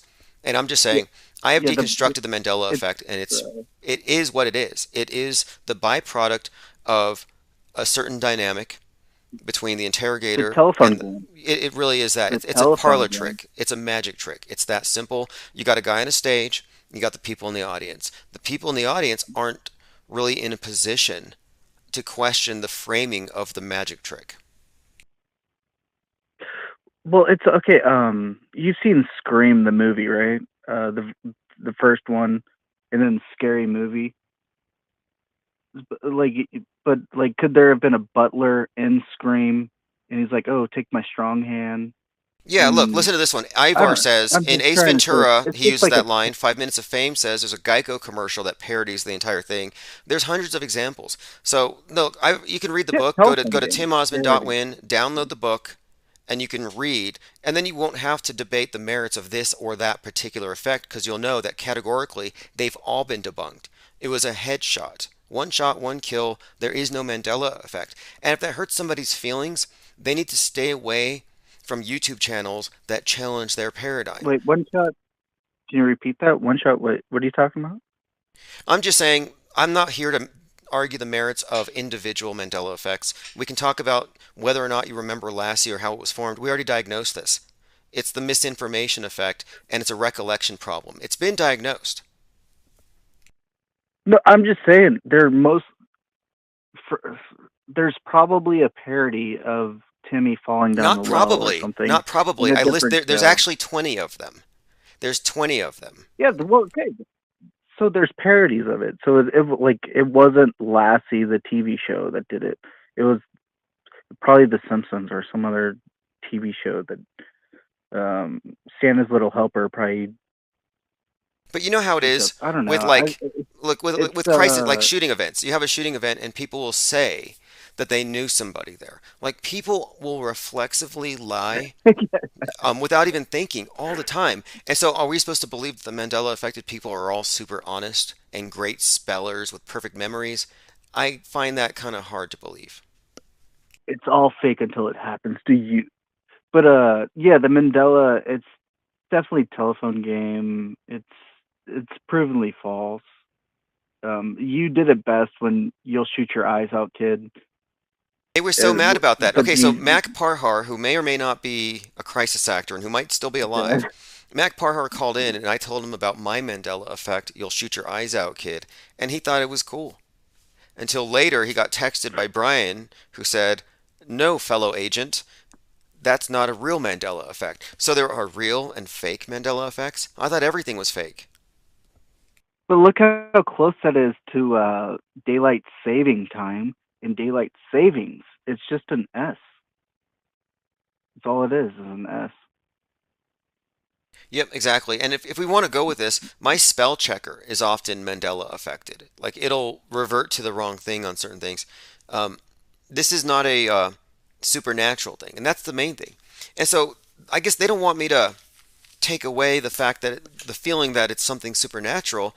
Um, but I'm not an atheist. I'm not here to just minimize people's personal experiences. Like for example, some people see God when they take acid or mushrooms or whatever. Who am I to say that's not legitimate? My thing is we're talking about subjective experiences, not objective. And so the Mandela effect is a subjective thing. It's a paranormal subjective experience. There is no objective reality to it. And so media breakdown is pure objectivism. That's why I think there's a conflict here. You sound heated. Not to be mad, or like not to No, I'm just poke making the fun. Like, I point. don't know. Don't you see the contradiction between being a hypercritical media analyst and at the same time throwing away all the rules of logic and reason and then saying that nothing is Yeah, real? I'm putting myself in your shoes, and then someone just did like a 3-hour video calling me stupid and a heretic and a god hater or something. God A blocker. god, You're a God blocker. You're blocking the God exits. blocker. Yeah, that's what, like, it's like you're fucking so stupid. Like you're like, what the fuck? Like what's your shtick is so stupid. It's it's it's impossibly. I don't know. I sense your frustration because I can't even put myself in their shoes and try to come at you. Like I'm trying to just Yeah, I guess one point like they're put missing here like is this. Okay, you could call me a God blocker. You could say that I'm somehow stopping some people. However, it's volitional. I didn't put my pamphlet. I didn't send my pamphlet to his PO box. And I have his PO box. They put it out there. I was going to send them some penguin art, but I'm afraid that his roommate will put a hex on me, so I'm not sending anything yeah. I physical. just But saw it. I just saw it. I'm not gonna say the name, but yeah.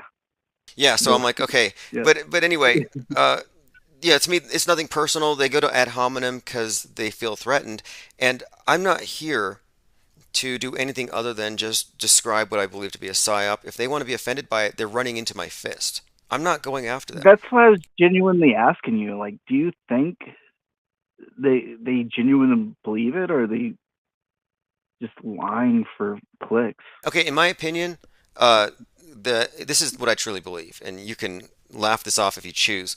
I think Stavely, whose father is a cop, I think that he's got some kind of a gig where he was doing cutting edge 9/11 truth, no plane stuff as a limited hangout operative, and then he built up that whole pool of people. They're all doing this 9/11. It was all CGI. And then they steer that whole group into mysticism, into the muddled world of the Mandela affected. So I kind of think that he's an agent, an operative, he's a saboteur in the truth movement. And he's just The here. Hunter Biden. Basically, he's the Hunter Biden of the conspiracy world. Not in that sense of the laptop thing, but that he's just kind of here to Okay? Yeah, I think you picked up what I put down. But yeah, yeah, he's the son of someone that's in power that's keeping their son adrift, and Yeah, I think he's been given a gig, and the gig here, though, is actually to disrupt any true breakdown, any counter media narratives. Because you notice you've got the mainstream media and you've got the alternative media. You've got the acceptable conspiracy theorists who play like they're not mainstream, the Alex Joneses, and they never go into the realm of this stuff is a hoax. They never go into the realm of media fakery. They stick with this kind of one foot in the matrix, one foot out. And I kind of see that's what we're looking at here. We're looking at. I'm actually dumbfounded. I'm just trying to recycle the thoughts in my head. They were calling you a God blocker, so they think God has split realities and it changes, and there's a eye of through the looking glass, and they changed it back in the 70s, and God allows people to go back to the future and skip around. I think what they're change saying is that people's. this is a way to show that there is a way out of this hell that we're in. And this is their opinions. They're saying that this world sucks and they want to escape. And that by debunking this, it's almost like telling kids there's no Santa. So, should we let people to believe in Santa Claus because it gives them hope? Like, I'm always busting hopium dealers, people dealing bad hopium. Like, the whole QAnon movement is based on the false promise that JFK Jr. is going to come back and save you. So, am I wrong for telling these people that JFK is never going to save them? Well, they had a pretty good shtick with that Vincent Fusca and the blonde hair girl next to him. That looked just like Justice Kavanaugh and his accuser. Like Vincent Fusca and his girlfriend looked a lot like JFK Jr. Well, the So thing is, okay, that's but what fooled me. For but a couple weeks. when you actually look at it closely, and they went up to him up close, Vincent Fuchsia's too short. My point being, they allowed people to run with that misconception to manipulate them, consciously doing this. Yeah, but no one has a measuring tape. No one has a measuring tape. No, on no. him. What I'm saying is he's eminently debunkable as JFK Jr. He knew that all of the QAnoners thought he was JFK Jr. But instead of saying, "Hey guys, I'm not that guy," he let them believe it. And to me, that's a subtle form of manipulation. He let them believe it. He led them on. So did Negative 48. I can point out many examples of Robert. people. I can point out many examples of people in the JFK cult who use manipulation tactics and cult mind control tactics, and it's not all different. It's not that different from this. It really isn't. Hey, I went to Daily Plaza. I went to Daily Plaza after the first time I called you the weekend afterwards, and there was no one there. And I saw the fucking beautiful castle across the plaza, and I was like, holy fuck, there's a fucking beautiful fucking castle here. And then there was a downstairs garage, but it was closed. I wanted to drive down to the underground garage underneath the castle because I was gonna just go around like John Levi and fucking knock on the walls. Well, it's become like a holy site to them because they believe that's where their dead, resurrected Sun King is going to make an appearance. So I don't feel bad for being a critical, I guess, a critic of this whole JFK thing. I've been very critical of the idea that we should have any political saviors in Trump. And I see these people following not just Trump, but dead presidents resurrected. I mean, they're hoping for a supernatural savior. To me, it's Isn't worth that like a song or a band? Is that a song or a band? the punk band Dead Kennedys. And in fact, that's funny you say that because I was actually trying to sell Dead Kennedy T-shirt, like knockoff T-shirts from Alibaba to the JFK Jr. people. I didn't have any takers, but I thought if anybody wants Dead With a Kennedys, Q on it? With a Q? I just put Kennedys with a Q. that would actually be a nice. You just restyle the Dead Kennedys logo, the DK with a Q on it. But they didn't get it. But my point is, they are in the same camp, in my view, as the Mandela affected, where they're playing an alternate reality game. Well, a God unblocker, a God vector. I don't even know. I don't even know the opposite of God blocker. Yeah, a God blocker. So they believe that they are on a path to transcendence. In many ways, it reminds me of even like Scientology. And if you look at the way Scientologists treated those that left the church, they saw them as threatening because they knew the secrets. They knew how to debunk the religion. They knew the dirty secrets. So they were threats. And I think that's the reason why he's going after me. You know how many people out there have written articles exposing this thing, and for some reason my pamphlet has been very, very threatening to them. And they call it a Hey, pamphlet. what? Would you go on Jeranism on Thursday? I would go on Are you? Are you? if he was willing to talk about the Mandela Just effect. Yeah, open topic. he Well, just texted open me. topic. He might have a thick skin Anything. because I know he's been trolled by people in my vicinity, but not everybody melts down, and I don't think he would block me from his program. I just don't know. I don't Did know he text you recently? I don't know his position on the Mandela effect. Is he doozled? Well, you don't have to just. It's an open topic. It's just Friday or Thursday, and you just shoot the shit for an hour or two. Just catch Interesting. up. I don't know. Well, I was interested in You in, in can, hammering this yeah, down you can because steer the conversation any way you want. If you want to talk about the baloney or the lie doozy baloney I'm for calling it 20 minutes. I'm calling 30 it minutes. Lie-Della for the time being. Lie-Della until I wanted to put baloney. I wanted to put baloney in it because look, it's I tweeted ridiculous. BS. At this Brian point, Stavely. I tweeted him. I said in all caps. the BS. I said you said. Oh. I said remember. Like you I said can't say BS without saying it will. I the BS laughed effect. out loud. I was going when to you say said- call it the BS effect from now on because it's starting to look like this. I caught him today at No, 5:25 p.m. it's Mountain Time. God, GB, it's God blocker effect. You're a God blocker if you don't believe. I like Soul You're going to hell. Assassin. No, You're going to hell. No, you're going to hell if you don't believe in the Mandela. Consciousness Assassin, and he said that I'm a false prophet, and you know what happens to false prophets. And I don't know exactly what happens to false prophets because I don't know what God that they're referencing. I mean, this is Like I said, it's a new religion, and I would imagine that I'd be necklaced, like in hell or whatever. I don't know what you mean by necklace, but I don't know. You said it Necklace? earlier, Okay, and necklacing is, if you look up Nelson Mandela, his wife Winnie Mandela. Winnie Mandela came up with something called necklacing. She's a South African activist, and necklacing is when you put a tire around someone's neck, you fill it up with kerosene, and when you light it, it's the equivalent of a guillotine slash being burned at the stake. It just basically blows your head off, and that's what they did to their political rivals and a enemies. rubber tire, a rubber tire. Yeah, around the neck. A tire of fire. Together, hand in hand with our sticks and our machetes and our necklaces, we shall liberate this country. So I call this the Okay, forbidden Mandela effect. I drive a semi truck, so I'm kind of familiar with this whole effect, and that's very aggressive. Oh yeah, oh yeah. No, it's a terrible, terrible thing. Like I said, it's worse than a guillotine.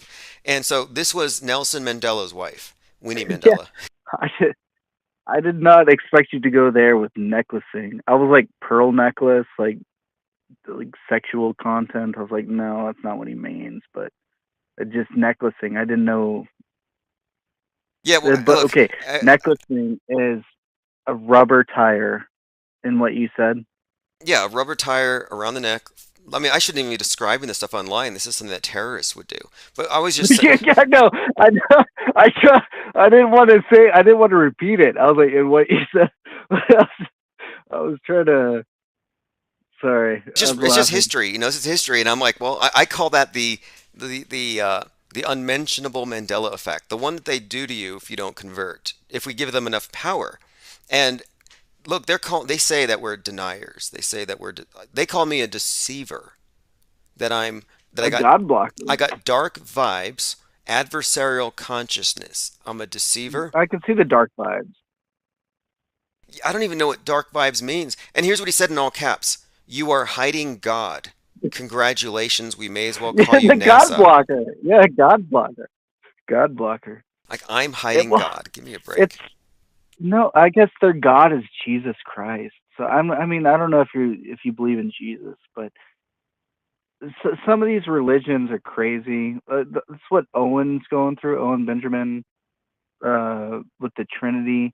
You just get some people with they're set in their ways, and beliefs are great. They bring morality, but once you start saying like your morality is better than other people's morality, when it's all just like the gold. Sorry, I'm burping. But like when it's all just the golden No, it's all rule. good. I listened to Brian Stavely twice today, and that's like his whole stream. Oh, But no, I understand this thing with like that's I'm so not gross. I'm not anti spirituality. I don't lambaste people for their spiritual experiences or whatever. To me, this was not meant to be personal. My book doesn't really make it about the Mandela affected so much as the effect itself, and it has to do with, as I said before, just a flaw within our human operating system, within how we memorize things. That I believe this flaw is being exploited. Hey,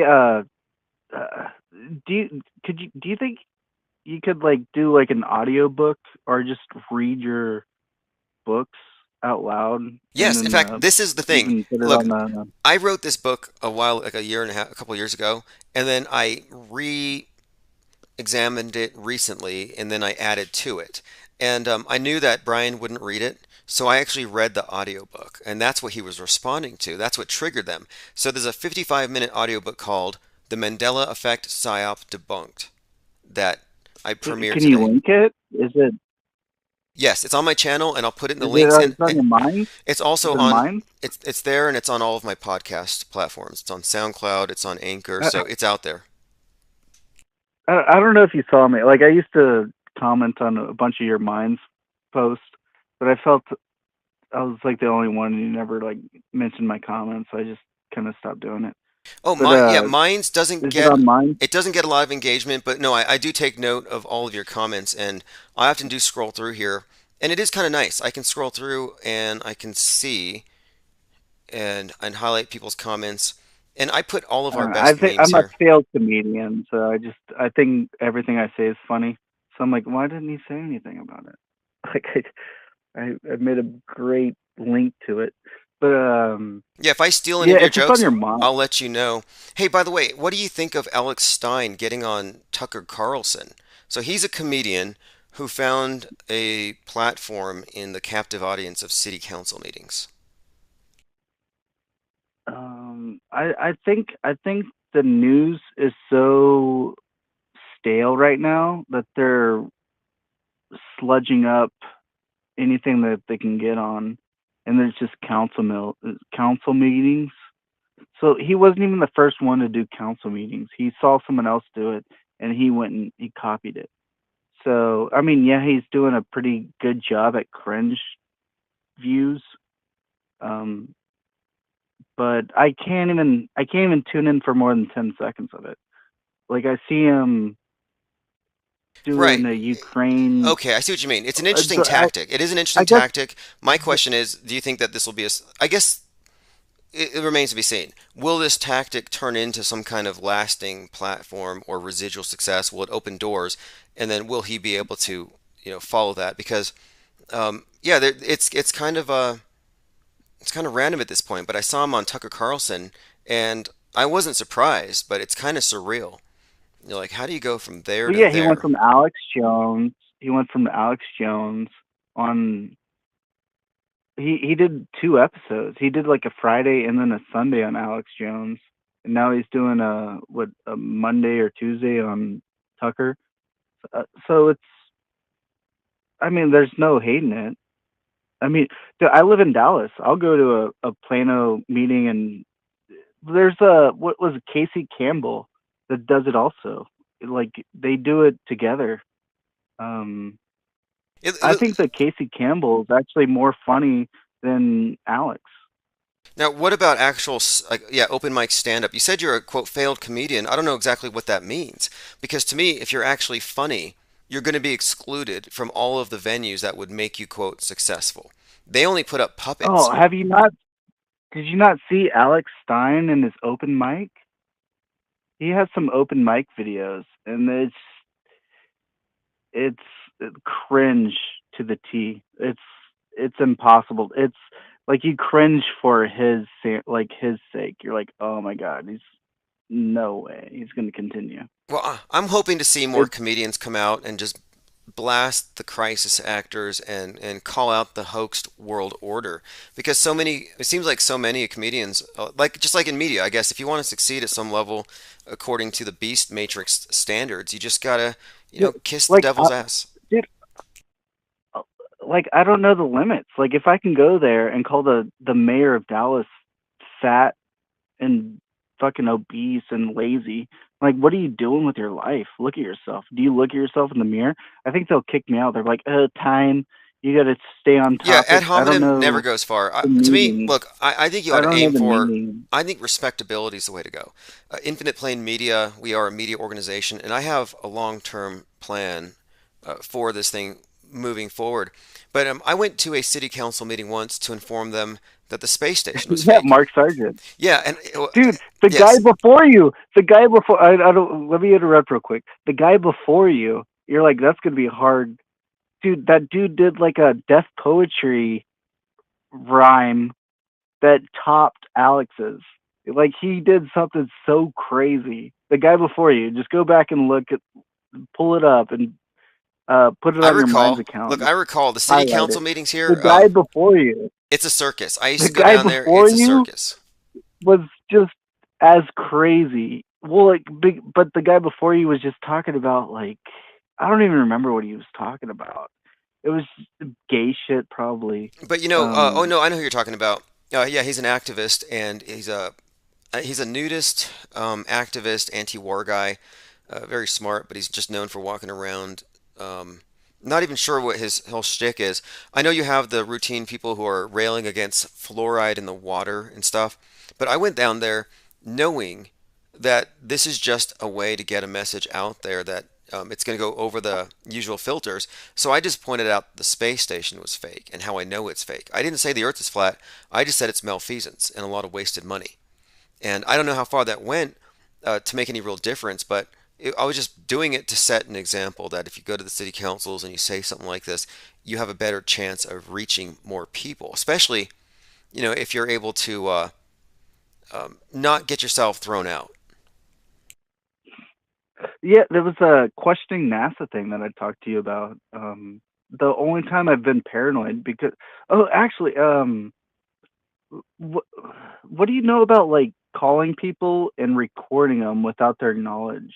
You said you knew like you might have called people without their knowledge, and you found like hot water with it. Can you explain what we can do to call people No, and I record don't I them don't know the without? rules. Like I wouldn't ambush somebody like that. But you have to it depends on where you are, but anyway, I got somebody else trying to call in who's apparently Mandoozled. So, yeah, hey, Dave Buser, tell your Mandoozled friend to call 833-311-1984. We have somebody who's got the effect. They're still affected. And maybe it'll be some constructive criticism on the book without all the personal attacks. All right, I guess I got to look it up on my own time.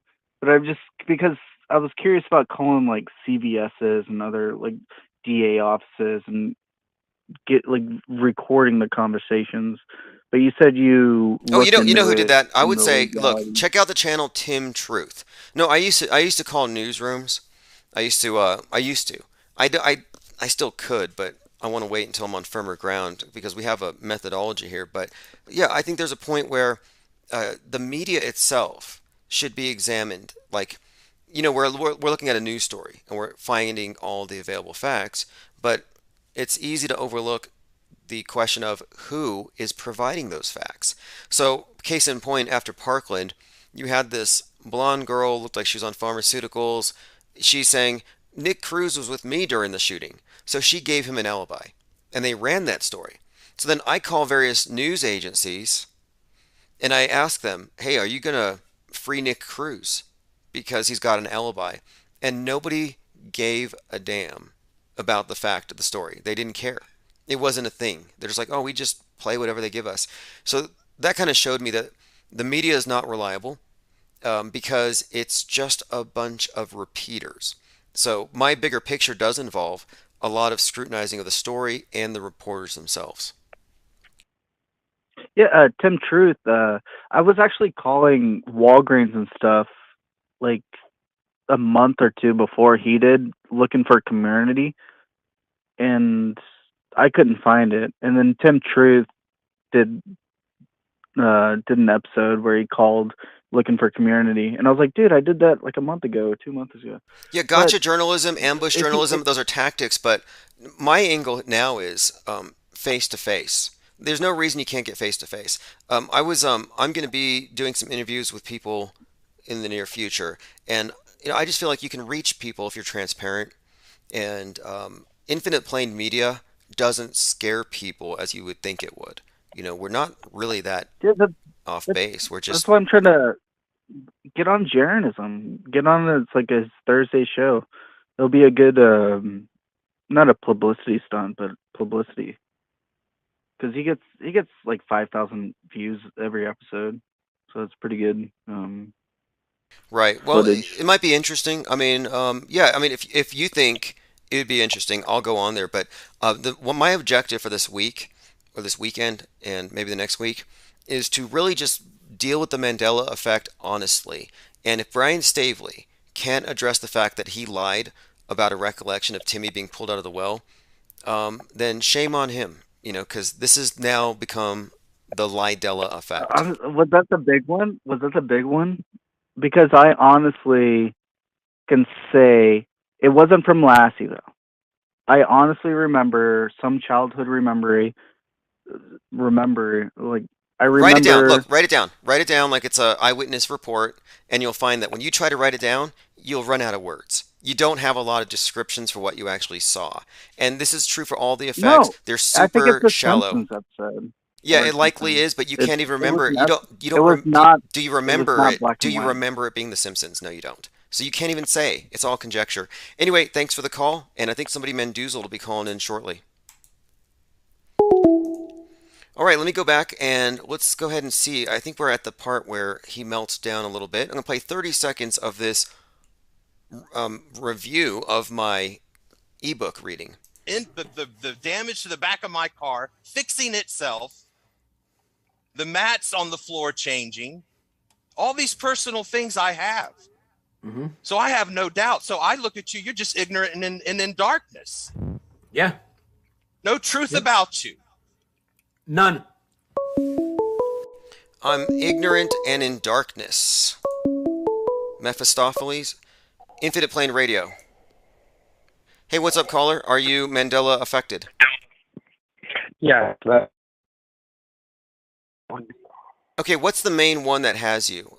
Timmy in the Well? No, I wouldn't say any main one has me. There's the first one I saw was probably a large part of it, but I wanted to mention that I know you said something about Fiona Broome. I don't know if you're familiar with Art Bell. Yeah, the Art Bell AM radio host. Uh-huh. Yeah, I believe there was people calling in about actually Nelson Mandela himself, years before or a long time before Fiona Broome coined the term. Oh, okay, interesting. Now, is the Mandela effect something that people in South Africa are familiar with, or is it an American thing? I don't know. I don't know anybody in South Africa. Because, yeah, I was just curious, because one of the things that I find very questionable about the whole proposition here is that the Mandela effect isn't universal, nor are the effects. So that we're not all in the same field. And that, to me, is somewhat of a contradiction to the idea that it's changing. It's changed for some, not for others. It's so subjective, is my point. But well, isn't reality kind of subjective? well, there's the subjective experience that we each have of the objective reality. And so, if you're saying that reality is objective, I'm saying that there is an objective reality and that we're in it. And the I understand. And the how level do we of know that for sure. The level of malleability is up for question. Like, how much do you influence it with your thoughts? Is your consciousness powering this thing at any level? And I'm not in disagreement about that. But I just don't believe that the so-called Mandela effect affirms that. Sure. After my experiences, I question even if reality itself is objective. The big one that sunk me on it for sure was the changes to maps and globes and atlases. I'm a collector, and I noticed changes in an instant to everything. Okay, so the one that I know most about, I've heard Stavely say Italy changed, or that South America was once directly below America, and now it's moved to where it's to the southeast. And I have an answer for that. What is your answer to the proposition that South America relocated and moved over a whole continent's width to the right? To me, it looks like you could take a small boat to Africa now, so it's weird that hadn't been done in history if the maps are correct, which they probably are not in general.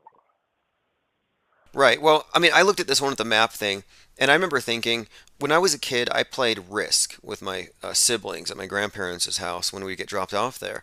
And so my first impression of the Earth was from a globe we had at home and from the game of Risk, probably more than anything, where you see the continents laid out, and it just makes sense from a very elementary mind perspective. You're like, North is up, South is down. North America is up, South America is down.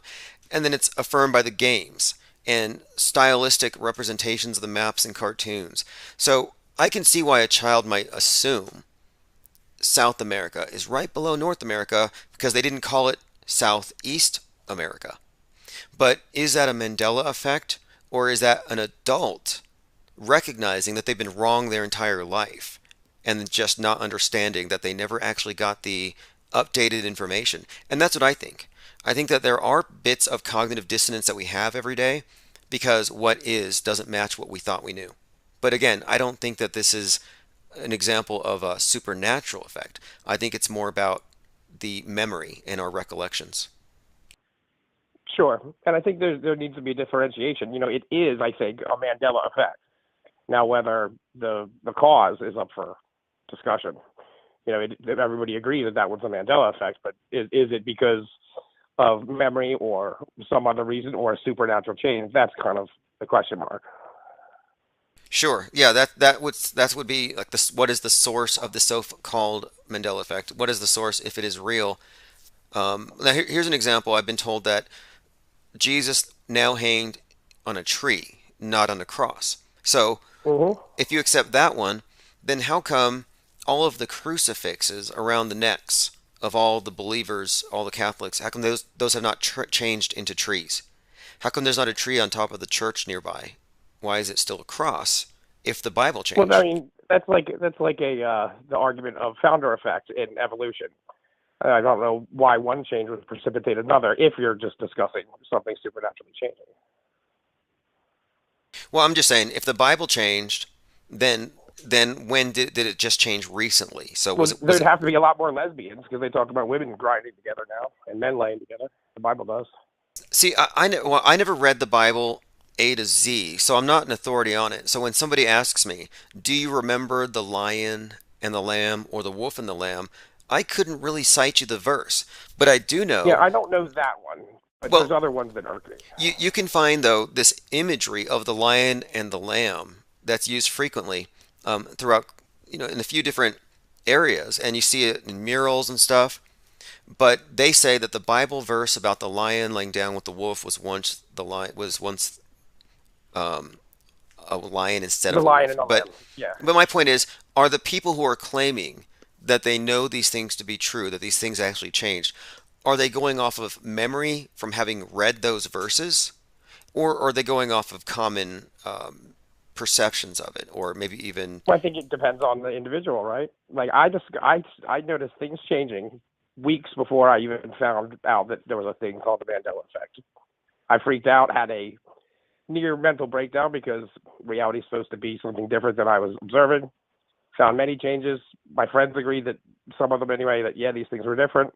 And I started searching on the internet and then found out there was a thing called the Mandela effect. So I wasn't influenced at first by other people. Okay, so let's get into this then. Can you give me one example of a so-called Mandela effect? What is something that has changed from what it used to be?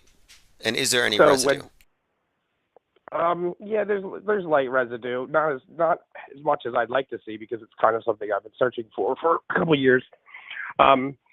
You mentioned earlier that you had globes in risk. I had at my private school when I was younger, there was a globe in every classroom, and I remember, and I can specifically articulate a very firm memory about the details, but there was a North Pole on every globe, represented by a white feature that was ice. And now North Pole on the globe is barely ever present. And even the globes in my parents' basement, my friends' parents' basements, the maps in my attic, there's no North Pole on them anymore. Okay, so Represented by I ice. see, I see. So now you're suggesting then that globes changed everywhere at some point. I can't confirm for everywhere, but the ones that I've seen, yes, there has been a supernatural change. Okay, so this supernatural change affects the globes for you, but not everyone else. That's kind of what I'm trying to get at here, because I'm looking. Yeah, as best I can tell, it's every globe on the planet, as best I can tell. Now, have I flown around the planet and checked globes? No, but I've had people go into antique shops in several different countries and take pictures of antique globes. I've tried to find a map on eBay that represents what I used to know, and nothing. Okay, now one other question: what's your formative memory? Like, did you own? Okay. Did you own a globe? Is it on your shelf in your can give house? it. Okay, what is your formative No, memory there's of the some. white dot on top? Yeah, it wasn't a dove. Here, I'll explain it. So there was not a globe in my house per se. In my house, now, my parents had one. I have a few friends that had one, and these are globes that have been with the family in the house since I was a child. So the ones in school and the ones I remember that were close to me, they all had the same thing. It was a white ice feature that was centered on the North Pole, the Arctic Circle, and it surrounded the little trunnion. It was usually gold, sometimes silver, that fit in the top of the globe that was a reinforcement for the stand, and it extended out pretty far comparatively to where the continents are now, like Greenland and Russia and Canada, and it filled most of the Arctic Circle. It didn't touch Greenland, Russia, or Canada, so it was like theoretically a shipping lane all the way around it. And it was in some of the globes that had texture, it was raised, and you could feel it. Interesting. Okay, so you do have what you believe to be a formative memory, and now they're no longer like that. Okay, so Occam's razor would suggest here that we would take into account the number of logical leaps. So what is more likely? I would counter with Hickham's dictum. Which is, go ahead. Hickham's dictum is the counter to Occam's razor that says it's by a doctor, so the patient can have as many conditions as he goddamn well pleases. I see. And yeah, the world can be as complicated as it decides to be. Not everything is governed by parsimony. In general, though, I would agree with you. Occam's razor is usually governed. Well, because we're talking about claims and how extraordinary a claim is, and so for you to say globes changed is a much bigger claim than to say I misremembered something, or I got something wrong, or I have I confabulated. So it's more likely human error than everything changed from that perspective. So what evidence would you have to support? Well, I mean, what evidence would you have? That's what you would suppose, but after what I've experienced and many people that I talk to, I would start to tend to disagree. So like Berenstein Bears is a great example. I think it's more likely that reality change, and this is kind of a joke, but kind of not, than all of us missed calling them poop stain bears. Never heard that joke before. But it's something stain bears. Nobody said poop stain ever. Interesting. Right. What's missing there? Right. Okay. I was in elementary school. I remember Berenstein Bears very specifically. I have another very articulate and specific memory from that would have never happened had it not been spelled the previous way. And we didn't have the internet. I'm supposed to believe everyone missed the best poop joke ever. It's hard to believe. Yeah, interesting. You would have thought that some kid would have picked that up if that was the case. So let me. Okay, it would be widespread. So yeah, ask your previous question. Sorry. Okay, so no, I see you're coming where you're going with this. We're looking at. You said something about residue or something about the. Yeah, like what would your evidence be to convince me that you have nothing tangible, do you?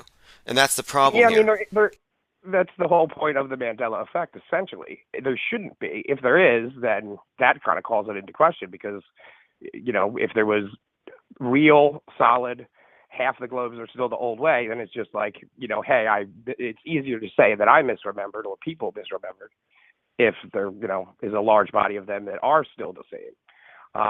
So, like I just said, my memory to you. The other thing too is, how did they fool all of us kids with a globe in every classroom that Santa had a workshop at the North Pole when it's just water? I never actually confronted that thing about Santa's workshop in school, but okay, so let's move on to another one then, because we're talking about changes in reality. Do you believe that there are changes in the physical body? The Mandela effect say that there are more holes in the skull than before, or that the heart has moved, or that I don't have real firm memories in that category where I'm going to say yes for certain. I don't know. Will you give me this? Okay, so here's an example. You got Joe Olstein or Joel Osteen. So am I to believe that this is a reality split or a very understandable mistake here? Because the name Joe and Joel are so close that it's easy to see. Especially his name changed to Joe? Well, the name is Joel and the last name is Olstein. Some people say Joe Olstein, some say Joel Osteen. It's super easy to mix that L up. And then when you look at the logo, it is in fact very ambiguous. So when I see something like that, I'm like, look, parsimony, Occam's razor, what's more likely? The universe shifted and it involves this television preacher and his name, or I simply made a spelling error. I mean, have you ever won a spelling bee? No, not particularly. Not me. And so, were you a straight A student on multiple choice tests at all times? Did you always score 100s? No, definitely not.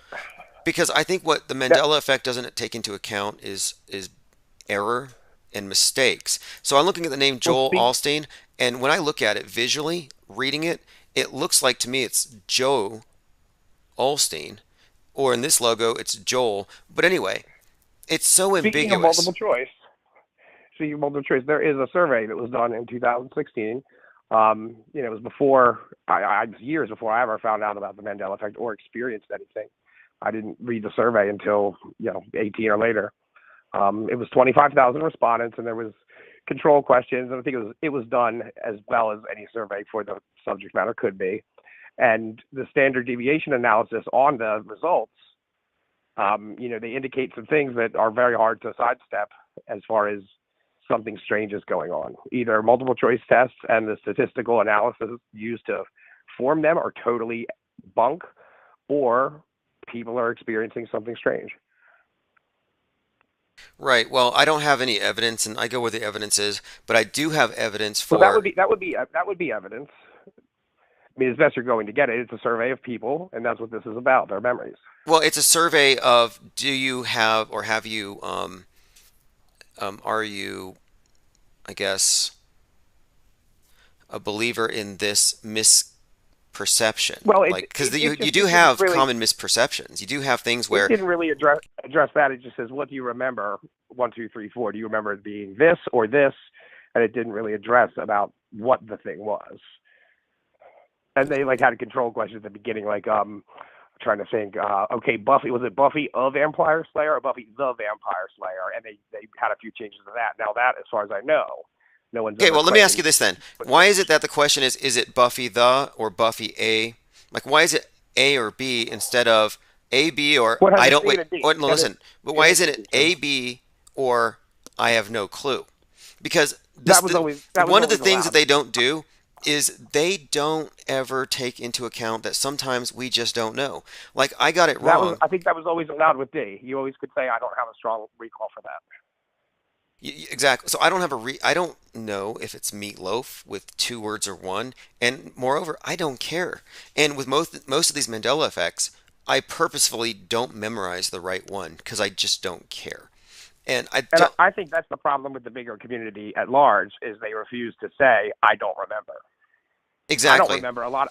It's extortion. Have a recall for a lot of these things. They're extorting an answer out of you. They really are, because it's this or that. One of them has attached to it love bombing and a new internet community that loves you because now you level up and you're with all these people in this breakaway civilization moving towards immortality.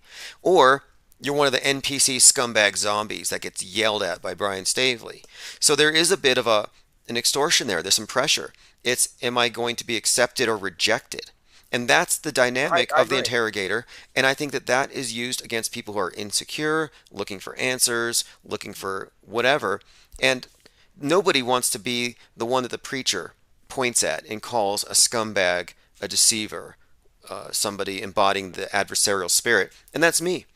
So I'm their Satan that they can point at. And that, to me, is part of the intimidation that keeps a lot of the sheep in line. Sure. In the communities I travel in, I think there's about 30 of us who do questions or what we would call tests, where we ask people questions and they're all open-ended. I don't recall or I don't remember is always accepted as an answer, and we don't do anything with the result other than hand them to the person who took it, and they can read the results and decide for themselves what is what. And I think most of the community, you're correct about, definitely. Yeah, if you look at gaslighting, and I would also call this thing the gaslighting effect. When you're talking about psychological abuse, emotional abuse, and gaslighting, which is lying to someone, saying that what they perceived isn't so, or getting them to doubt their perceptions. One of the common things about gaslighting is that there's no opt-out. These relationships that are damaging is when the person doesn't have an opt-out, so they have to go with A or B, a false choice. And I'm saying this constitutes, that was a Godzilla there. Thank you, Infinite Muse. Appreciate that very much. Infinite Muse contributing to our site here. We are also one of these channels, like many others, that have been targeted for censorship because we talk about these things. And it's funny how there is no solidarity among the fringe. All the people at the edge of acceptable discourse, they're at war. There's a war at the edge of the world. The flat earthers all trying to kind of hate each other. And here you have the Mandela affected, who are trying to further divide things, where they say, if you're not one of us, you're basically a consciousness assassin. So, what do you think about the Mandela effect movement trying to outgroup the people who don't believe in it? I think they're bad researchers because the research that I've done indicates that there is no consensus reality at all. People that I've grown up with, gone to same schools with, have been around them literally since I was 2 or 3 years old. I'm close to 40 now. There are memories that we should absolutely. There's no, standard narrative or no normal, so to speak, explanation for them having a different memory than I do about simple things and larger things, but yet we do. And most of our memories are similar, but 80%, give or take. But if you take a triangle of us, there's no necessarily one memory that will match all three. And yeah, so yes. Oh, yeah. Have you they're seen... trying to divide people, that means that they haven't done research enough to know that everybody is going to be different in what they recall and what they see change. And, that's just the way it is. Yes, and that's what I think the positive thing here can be, even for someone like Stavely, is doing some basic research into how people memorize things and remember things and recall things and how it's not uniform. So we may as well all live in our own subjective universes to some extent. That's why I think it's so important to be thorough and objective in our analysis here, because reality isn't necessarily fractured in my opinion, but all the different perceivers have a slightly different view, and it's easy to influence how people recall things just by how you ask about it. Like, for example, there's a very common study, they probably talk about this in every Psych 101 class, where you have a group of people watching a car crash on TV. And one group is told it's a car crash, another group is told it's a collision. Well, the group that's told that they're going to see a collision versus the group that's told they're going to see a crash perceive these things as happening at different speeds. One group says, oh, that was 30 miles per hour. The other group said 50. So the verbs used to describe it actually retroactively interfered with their recall. And, that, to me, that makes sense. But the reason I don't think it's applicable for certain, memories that I have that I consider what we call anchor memories would be because these are not things that I saw once. I didn't see a globe one time. I saw it literally thousands of times on consecutive days. Well, it's fascinating to me the level of certainty that Mandela affected purport to have, because eyewitness testimony is consistently locking people up who are innocent. There's this thing called the Innocence Project. And yeah, I'm aware of it. I study jurisprudence. So that alone should tell you that this is the thing that I think is key here, is that if you think your memory is that perfect and can't be influenced, you have to think again. And especially now when we know with one-time events, I would agree with you. But it's, if I'm not going to believe that I can see something every day for 3,000 days straight and understand what it is, you have to start to doubting your visual perception exists, well at all. Well, I see a lot of intellectual dishonesty, though. Like, I've experienced synchronicities. I've experienced things that I'm not going to tell somebody to take my word for, precognitions, telepathy, or anything like that. But these things to me are just unexplained. But when it comes to the Mandela effect, I do find a level of intellectual dishonesty. So you have someone like Stavely who will say, Ed McMahon passed out big checks. I'm like, where are the people who received those checks? Do you have any friends that grew up in mansions? And they say, yeah, we got a big check from Ed McMahon back in the day. There's no evidence that this ever happened. Well, moreover, in the last couple of years, a lot of videos have surfaced that show Ed McMahon with American Family Publishing. So instead of admitting that he was wrong this whole time about Ed McMahon, he says the Matrix downloaded these retroactively into the timeline. And I'm aware of what he does, and I think it's not surprising that people who seem to have a lot invested in it, personally and possibly professionally, are the ones that seem to go out there with explanations and a big fervor for having to have it be true. It doesn't really concern me what people believe, but no one's going to talk me out of the fact that I didn't touch and feel and see globes that were different. And the night it happened to me, I called a friend who's also a map collector, and I got him to kind of tricked him to go to the North Pole on one of his book of maps. Okay, now speaking of maps, and I just can't dispute your, personal subjective experience, and I find this all very fascinating. So when it comes to maps, we're talking about this. Do you think that the Earth is a ball as represented on, with the maps, the globes? Do you think we're on a ball with curved water flying around a fireball? That sounds stupid. Okay, that's a pretty decent argument from what incredulity it does actually. And one of the things. I do not believe in the heliocentric globe model. It's silly in every way. Okay. So we're on. Yeah, I'm sort of in the same sheet there, where I'm not willing to say I know for a fact that the Earth is a pizza with a glass bowl on top of a footstool underwater.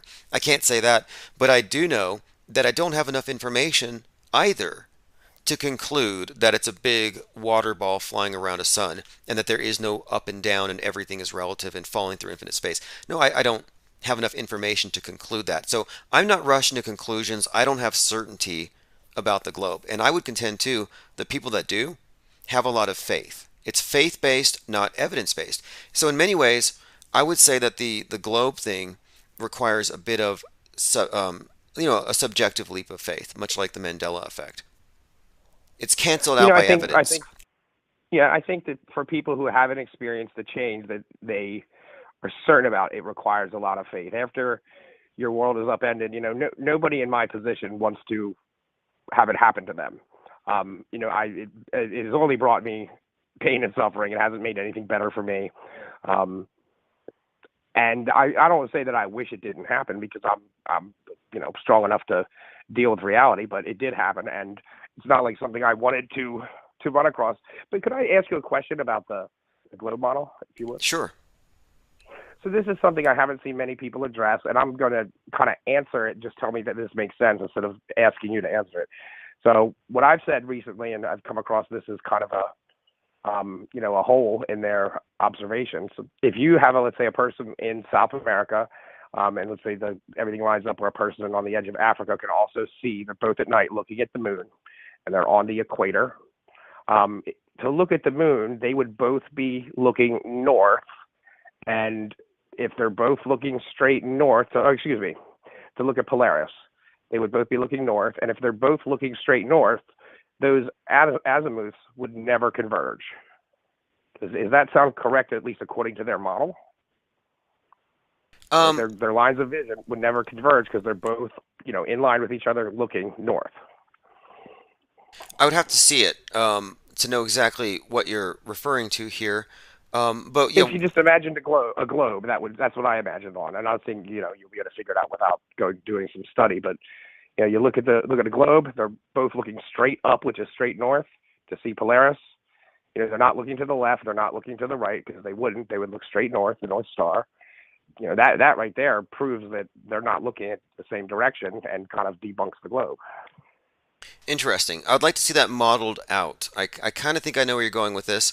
But when it comes to this, what is it that led you into the flat Earth topic itself? Was there some sort of was it the my whole awakening started with Niner one Uno. Okay, 911. I see. Now, do you believe that anybody died on September the 11th, 2001? I believe at least a few, but it might be very few. Do you think they died in the towers or in the CGI planes? Somewhere in New York. I know someone who cried when I brought it up because they had lost somebody close to them, supposedly, and they're someone very obscure. This is statistically, this is incredible, because somebody who knows somebody that died at 9/11. Yesterday, somebody called that knows somebody that died. I'm not saying they did. Yesterday, I just brought it up and they immediately started bawling. Okay, yesterday somebody says, "Oh, I have a friend who knows somebody died at Kobe's crash and somebody died in Vegas." So this is 2 nights in a row where people are adjacent to somebody that died in these major fake transformative psyops. And this just tells me that a lot of people are willing to lie. And I don't know why. Nobody died. Nobody did. There were 0 provable deaths on that day. The SSI... provable, I agree. And I'm not saying I'm certain of it. But why would you even put it on the table unless... Do you believe that the planes were real? No, no, I don't believe in really anything of the mainstream. Wait. If the Zero plane, of it. wait, if the planes weren't real then, and nobody was on them, then how would they have died? You know, someone let somebody slip through the cracks in their, in their perimeter to keep people away from the buildings that fell. So you think that That's the maybe only somebody thought. got murdered somewhere see, that's pure speculation and Maybe somebody. conjecture. Yeah, understood completely. But I'm just giving the truthful account that I know. That if you ask me, do you think someone died? It was Okay, 2 weeks another after example. I asked my. Braveheart, the movie. How many people died during that movie Braveheart? We had all those big sword fights, arrows everywhere, spears. How many people actually lost their heads? Just the moviegoers when they paid for it. Okay, gotcha. Yeah, speaking of, that's Mel Gibson, right? And in that movie, he's all but crucified and he's martyred.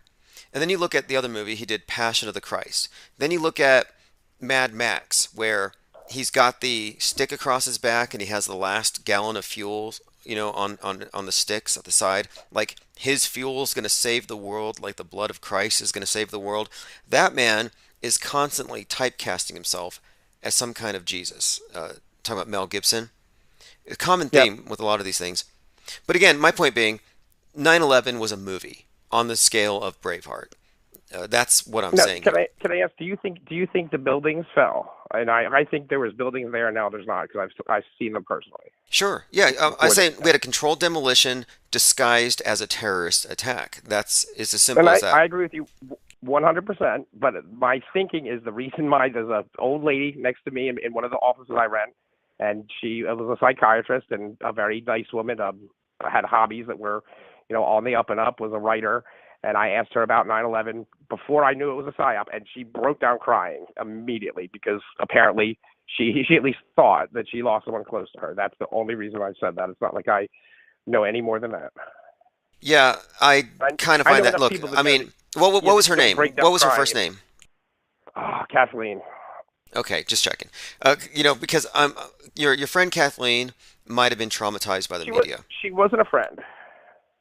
But yeah, she was a suite neighbor, meaning she rented a suite next to me. Look, let me tell you a story here. There's a guy named. Hey, I had not thought about that. That is very possible that she was traumatized by the whole thing because it was a crazy day. I remember a lot of details from my day: picking up my sister and her friends from school, the roads being completely empty. It was surreal. Yeah, exactly. There were people who might have, but I had a conversation with someone who told me that they saw the first plane hit the building. And then he told me too, he said, please don't say nobody died, because he told me that he had a friend who was a paramedic who was traumatized from seeing bodies hitting the ground and that she had to see a psychiatrist literally every day. So in order to protect the feelings of his traumatized friend, who's probably not even listening to me, he wanted me to not talk about it. Well, anyway, it comes out a few years later that this guy didn't actually see the plane hit the tower, and he no longer maintains that. So, again, there's so many liars and liars upon liars. It's just everywhere. Liars. Unpaid crisis actors, liars. And a lot of people, they buy into the big lies and they become liars by proxy without even knowing it. Everybody who believed in the official story of 2020 was a liar. Even if they didn't know it, they're just telling somebody else's lies. So, that's why I think this Mandela effect thing is interesting and problematic, because we're trying to sift through a world of lies. And here we have an explanation for the world that I believe is based on misrepresenting facts. And I don't think it gets us closer to truth. But I don't think religions necessarily get us closer to truth. I think religions are really about the community itself. It's a super organism. Yep, I agree with you. And that's why I stay out of the greater community. There's a few researchers that are public, like Moneybags, that I think are for the most part on the up and up. They believe what they say what they believe, and are not trying to, hoodwink anybody. But in the larger community, most of them are in it for how it can benefit them and to prove themselves correct. And I there's certain things I remember well, and there's certain things that are fuzzy, and there's certain things I don't remember. And I'm willing to admit that, where most people in the community are not. Now, what about synchronicity? Do you have separate experiences with synchronicity? Not as much as some of the people who experience sync on the regular. just to give you the background of me, I always wanted aliens to be real when I was younger. That's something I researched: aliens, books, all the YouTube videos, and it wasn't. I had given up on supernatural, metaphysical, and all that stuff being real. At least by when I discovered 9/11, which was around 2010. And so then I was 8 years of being a materialistic, reductionist physics believer. And one day I was walking by a map that's been on my wall for more than a decade, and I turned, I saw it, and almost had a heart attack. Interesting. So it wasn't something that I remembered once. I saw it every day, and then one day, it could have changed a week before. I just didn't notice it, but one day I did notice it. And then I went to the maps and atlases that I put in my attic years ago that were taped in a box and sat on my floor for 2 hours scratching my head. Fascinating. The Mandela effect, I classify it more as a subjective, new age, even closer to Wicca or magical thinking. And I don't think it's in the same category as media analysis. But do you engage in that? Do you think the news is pretty much fake, or is it hit or miss? Are you someone who, are you a So just to answer your previous question, after the Mandela effect experience hit me, I think I've been more open to other things. And I do experience some synchronicities, but the people who talk about sync, they seem to get them almost daily, and that definitely does not happen to me. At least I don't perceive it to. I think the news is pretty much 99.8 fake. It's all a show. Fascinating. Okay, well, hey, I appreciate you calling in and lending your perspective, because I think we should be able to analyze reality investigate, without going for each other's throats. It doesn't need to be a war. We don't need to cancel the people who don't agree. And so I was mostly just surprised at the level of vitriol hurled at me. They called me a consciousness assassin and a God blocker. Do you feel like I'm trying to suppress your consciousness here?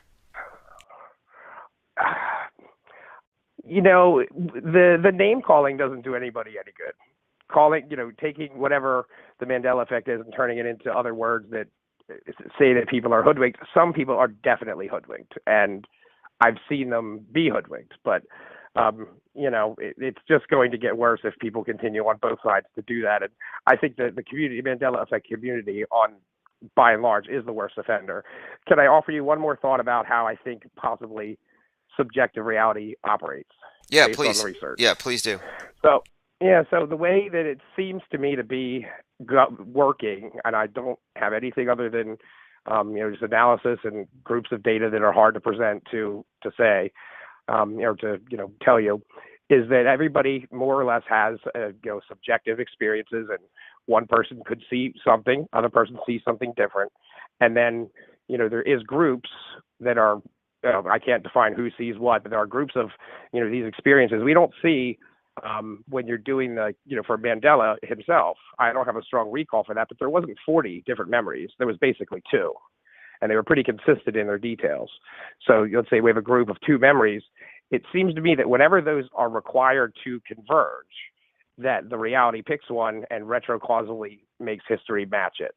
And I would guess it's the one with the more energy and the more consciousnesses behind it.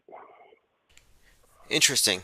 Okay, well, look, I'm open to the idea that we sentient beings are co-creators to some extent, and this explains the elite and their controlled media's obsession with harnessing, hijacking, and monopolizing our attention. Because I have read a lot about magic in theory and practice, and the theory of magic, a lot of it does involve the attention, the focused attention of the practitioner and the people in the ritual with them. And they're all essentially matrix batteries, amplifiers, magnifiers. So, if it is true that we're in any way responsible for the reality as we experience it, if we're somehow co-manifesting it with God or whatever, it would seem to me that that process has largely been monopolized, like everything else in this world. And to me, that's plausible. It's not the same as the Mandela effect, but these are adjacent concepts, and that's probably why I butt up against this topic, because I think we're all trying to figure out how much of this is subjective. And I just happen to think the ME is wrong. It doesn't make me bad, but I think it's wrong. I think it's a wrong explanation. No, it doesn't. And hopefully some of the people that have been, against you in the community will listen to this call, because I think you were very fair to me, and that's not something we normally find. So, thank you for that. And that's what more people need to do with any topic. And I'm sure you know that if you're willing to speak to me like this. On the co-creator thing, one thing I always point out is the radio. If on any given day driving home, 10,000 people are singing the same song together or whatever it might be, that's a lot of energy they're able to harness and point in a very specific direction. Right. Yeah. Interesting points, especially when you consider this too. All these psyops where it's a timed release of a psychopathic terrorist attack, and it assaults all of our senses at the same time. And I think that our focus attention at that time ties into this magical practice. For example, 9/11 starts at 8:46 a.m., the moment that Mercury is rising. And Mercury rising, the temperature going up, the planetary alignment, I think these things are all timed and coordinated, and this is more suggestive of a lot of our big media events being some kind of magical ritual, group ritual intended, again, to keep us all hooked in and plugged in so they can feed off of our loosh, to use a term. I think it's Human Vibration coined it, but the idea that, yeah, they're getting some kind of currency out of us, and I think that's true. Yeah, I think loose translates to light, and I agree with you 100%, man. Thank you very much for taking the call. All right, have a great night. Thank you. All right, we had a person who has experienced not a typical Mandela effect, but a reality shift or a change, a major discrepancy. Interesting. All right, well, we have many different competing explanations, and I guess the way of the world, though, is you kill the people who don't have the same explanation as you. So I'm just watching out the window to make sure that the necklacing brigades aren't coming for me. Someone posted a link here. This is the episode of Lassie, where he pushes somebody into a well. And this is, again, an oil prospector. After all, if you're going to come into this community, bring the measuring line. It's on the back seat of the car.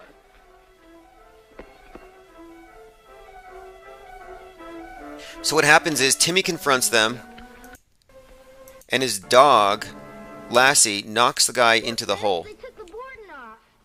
And then when the guy falls down the hole, they have to go run and rescue the guy. So Timmy doesn't fall in the well. The biography written by Timmy, John Provost, is called Timmy's in the Well, and it's an ironic joke about how he fell in everything but the well. All right, let me go through some comments. Slave Rescue Hound says, at the right angle, under the right sunlight, the buildings looked pretty damn empty. Yep, no floors matter.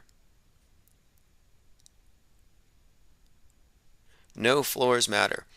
And I don't think there's any reason to just presume that people died at these events. I think that's kind of a comical assertion. And what it would do is it would turn it into a war crime. It would turn it into an atrocity, a conspiracy, and it would turn every crisis actor into a potential whistleblower. There's no way. It's just a mass casualty drill that's been miscontextualized. And they do these things all the time. Mitch says those buildings were mostly empty for many reasons, including asbestos, renovations, and the old stylings. Those buildings were a money pit. Well, I would contend that the plan to pull down the towers was in place before they even built them. 1968, they start the construction. Same year that 911 becomes the emergency number here in America. 33 years later, they pull it. 13 years later, the new tower goes up, it opens up on 113. The numbers 13 and 33, all this stuff is very occult. But it fits a pattern, and you can deconstruct it, and you can see that, no, it wasn't some random thing. You knew they were going to fall if you paid attention to the predictive programming, maybe not consciously. Now that we're more privy to how these things work, we're often able to call things in advance, often with precision. You can find on some of my podcast live streams from 6 months ago, where I said, the Great Reset, the pandemic is a cover for the elite going after the infodemic. And the infodemic is not just right-wing QAnon memes, but the infodemic is any kind of information that they don't control and monopolize. And here we have it as of the 322. Shout out to the Skull and Bones Society. Klaus Schwab came out and he said, the internet must be reformed. There's too much misinformation out there. This will be the next step for the Great Reset. Too much information, too many mind viruses, toxic mis, dis, and malinformation. They've replaced WMDs, weapons of mass destruction, with MDMs, mal, dis, and misinformation. There was no such thing as malinformation until recently. But anyway, it was predictable that this is the route they're going to go. So yes, I think that the towers were designed to be taken down. It was all part of an elaborate, multi-generational ritual. It doesn't mean demolition, and it doesn't mean that they put everything in place then, but yeah, they were built to be taken down. You can find many other clues here, like the construction date for the Pentagon.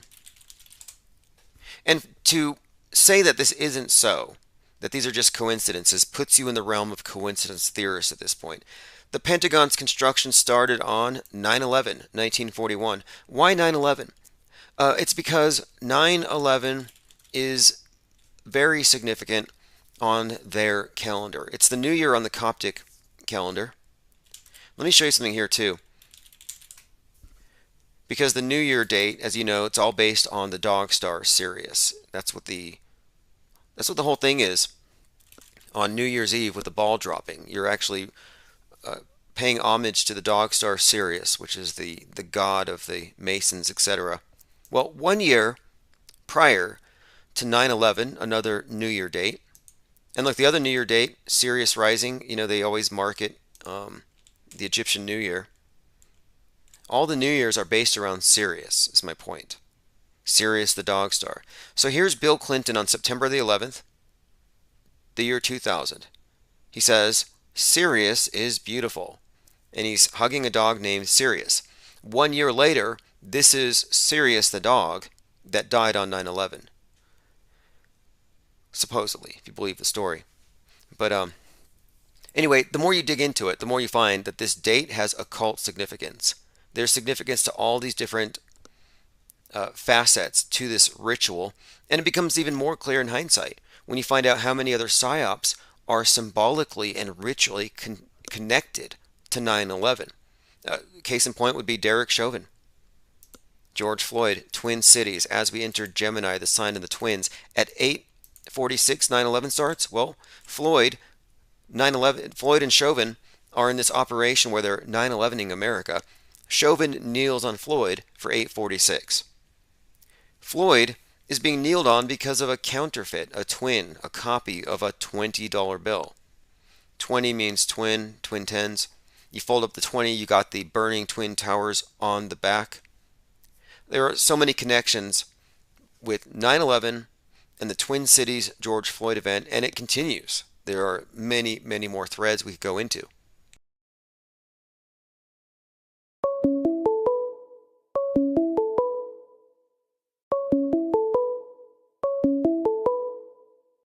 Infinite Plane Society, are you Mandela affected?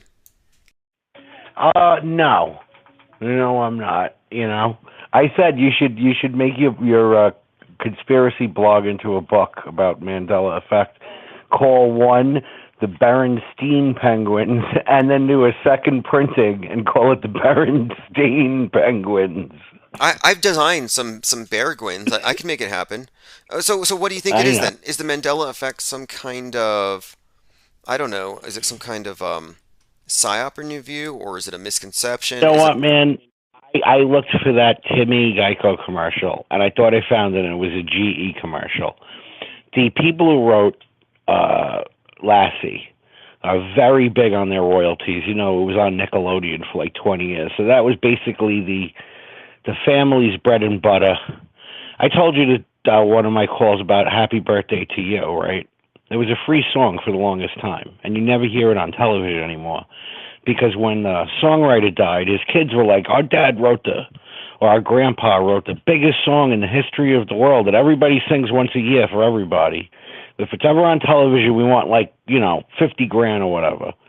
So then they just started playing like Stevie Wonder's, it's your birthday, because the royalties were less than what the family of Happy Birthday to You wanted. So they have that same zealous, greedy attitude when it comes to Geico. So they made that commercial where the Timmy ran, or the kid was in the well. May not even been Timmy. But the dog comes in, they're like, what is that last thing? And he goes, you could save 50% on your car insurance. So like the whole gimmick was the dog was more cared about your car insurance than the kid in the well. So that, we see all these slices and things, and we retain memory, and it's like a hoarder's house. It all gets thrown together like papers and books and crap like that in your brain. And, it's a big mess. So you go to Peak Road, but you see a pile of papers in your brain, and you assume that, yeah, that's what I remember. I'm at 45, now I'm 47. I'm noticing that I ain't as swift as I used to be. And I noticed that when you realize you're either were wrong or you realize that you are wrong. So you either wrong when you were remembering it back then, and you're realizing it now because of the internet. We didn't have the internet when I was, your memory was your memory. Now everything has been recorded, and you can play it back if you can find it. You shock yourself. And that feeling of being wrong and realizing you were wrong, some people have this flawless attitude. Like, I could never be wrong. You'll notice it with the cancel culture. How dare you have an opinion that varies from mine? I need to shut you up. That's the same thing as this Mandela effect. I cannot possibly be wrong with what I'm remembering. Therefore, the whole universe must have changed because I can't be wrong. That's what it is. Yeah, it's a bit of hubris, isn't it? And that's why I call it the me effect, because they call it that, the ME. It's like you really do have to believe that you're really at the center of this. You're at the default. We are raised like that by default. Remember Sesame Street? You are special. You are one of a kind. You are so important. You are priceless just because you are you. Now, you start pumping that into a 3-year-old watching TV. That is not a good thing. I mean, it's nice to give people some self-respect and some dignity and whatever when you try. You don't want to tell kids you're worthless when they're growing up. But you also don't want them to make it think that they're the most important thing on earth just for being important. You know what I mean? Oh, yes. And now you plant that as a seed. What are you going to grow into? Somebody who cannot be wrong. I am telling you it's Berenstain Bears. I've never seen Berenstein. It's always been Who cares? It's always been Luke, I am your father. C-3PO never had 2 gold feet. It was always a silver foot. Nope, he always had 2 gold feet. It was never a silver foot. Who cares? Well, you have a cult of agreed upon discrepancies, and they feel like these are miracles along a path. And this is where it gets away from simple observations, and it gets into a movement type of thing, where they've said that I am a God blocker hiding God, and that I'm a consciousness assassin, and that I might be stopping them from reaching transcendence, from escaping this hell. So they see this. They see this as a big deal. Or the other alternative is it is a Mandela effect, and there's nothing you can do because they're running CERN, and more shit is going to get even more crazy as we go on. But still, you know what? Is it going to change your lunch? Only if you like ham, and you find out tomorrow there has never been a lunch meat called ham. It's always been bologna. It's never been ham. Well, the thing is, look, I mean, I'm all for this reality investigation, finding out what's actually going on. But I think that what we see here, and people are, free to question whether I'm wrong on this, but that's what my book is about here. I think we're looking at the mind of the Mandela effect being messed with. That it's all about this. Yeah, listen, that's the goal. The goal is to confuse the masses. If there's one goal that they always have to bring order amongst chaos, it's confusion. So whatever it is, there's going to be plenty of more new things popping up. And not only Mandela effect, but other things. You know what I mean? That's just, you just got to be grounded in the truth and realize what's important and what's unimportant. Because when you, excuse my Keurig machine, I'm making coffees and listening to Tim, man. This is the way we spend our nights, the good way. But anyway, they're going to come up with plenty of other things, and it's just to cause confusion and division. And we got to just realize, you know, what's important and what's not important. But what's important is, you know, our country's being stolen. You know, I know you don't believe anybody died in 9/11, but I had a friend I went to high school with, Sean Talon, FDNY. He died. Do I think his parents are down with a psyop and everything? No. Could they be? Yeah. I don't know. You know, he could have came home, said, Mom, listen. Look, I get more callers. I get more callers that are so connected. And look, what does this tell you? I mean, everybody's. But I will tell you, somebody. my wife's dad died of 9/11 cancer. It was all over his body. He was ravaged. Her uncle's dying of it. They were both in the cleanup. They were both in the. Well, her dad was in the manholes restoring the telephone lines and the internet down to Wall Street. And her uncle, who's dying now of all these cancers, was you know, in the cleanup with dust all over him. But here's the other thing I want you to consider, you know, because I'm not going to step on your opinion. I respect you, and I know you respect me, and that's a mutual agreement, even if we disagree on this. But I think that these people who are stealing the whole country have no problem killing a couple of people. It may not have been everything that they said. They could have exaggerated the number. I think the Pennsylvania plane disappearing is weird. I think the Pentagon not having any footage is weird. You know what I mean? I think the story that they gave us is total bullcrap.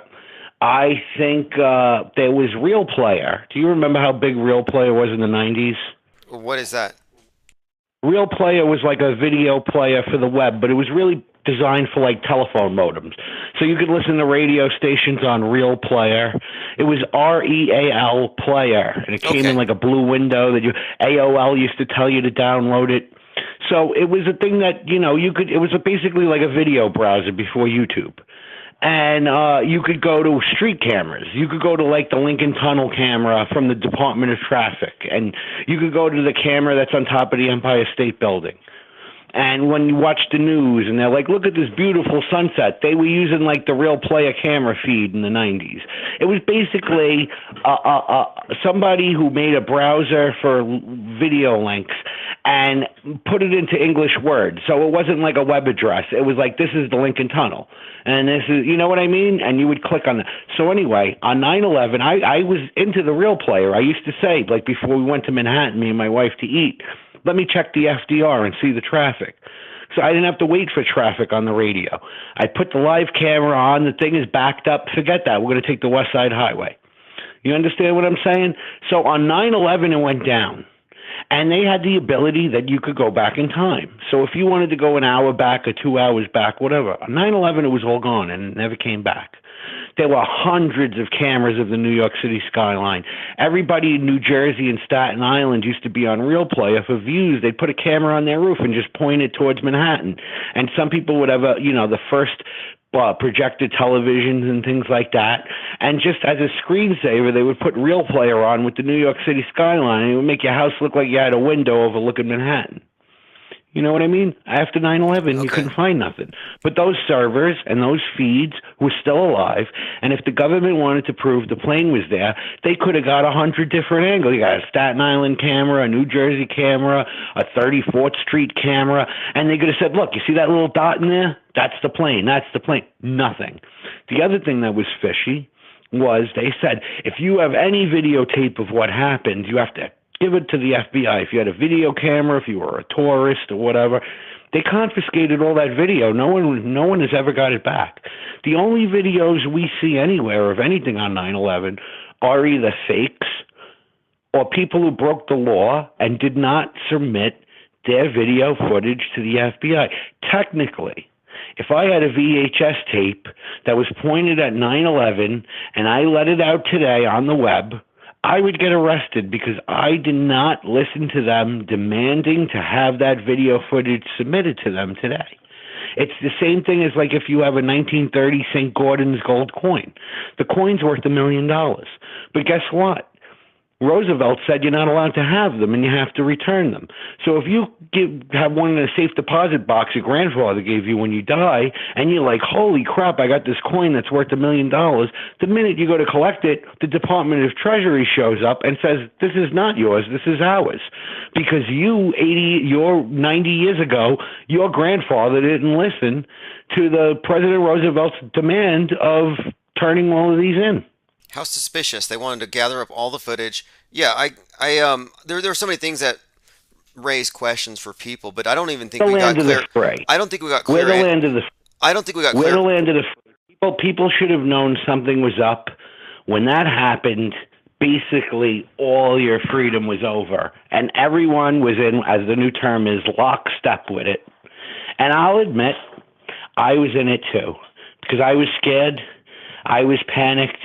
I was like, yeah, America. No, they would never lie to us. What are you talking about? Even when I was starting in comedy, 2004, I'd meet people that would say, and I'd be like, why would you even want to live in a country that you believe does that? That's so horrible. You know what I mean? Why would they do that? Okay, let me ask you this. I know. It's all about lying. Are you familiar with all of the 9/11 predictive programming going back for decades and decades? Yes, and I love the footage you put up about Ukraine. It gave me that same feeling like, oh my God, all the blue and yellow. And there are like 15,000 shades of blue in the Pantone chart, and like 30,000 shades of yellow in the Pantone chart.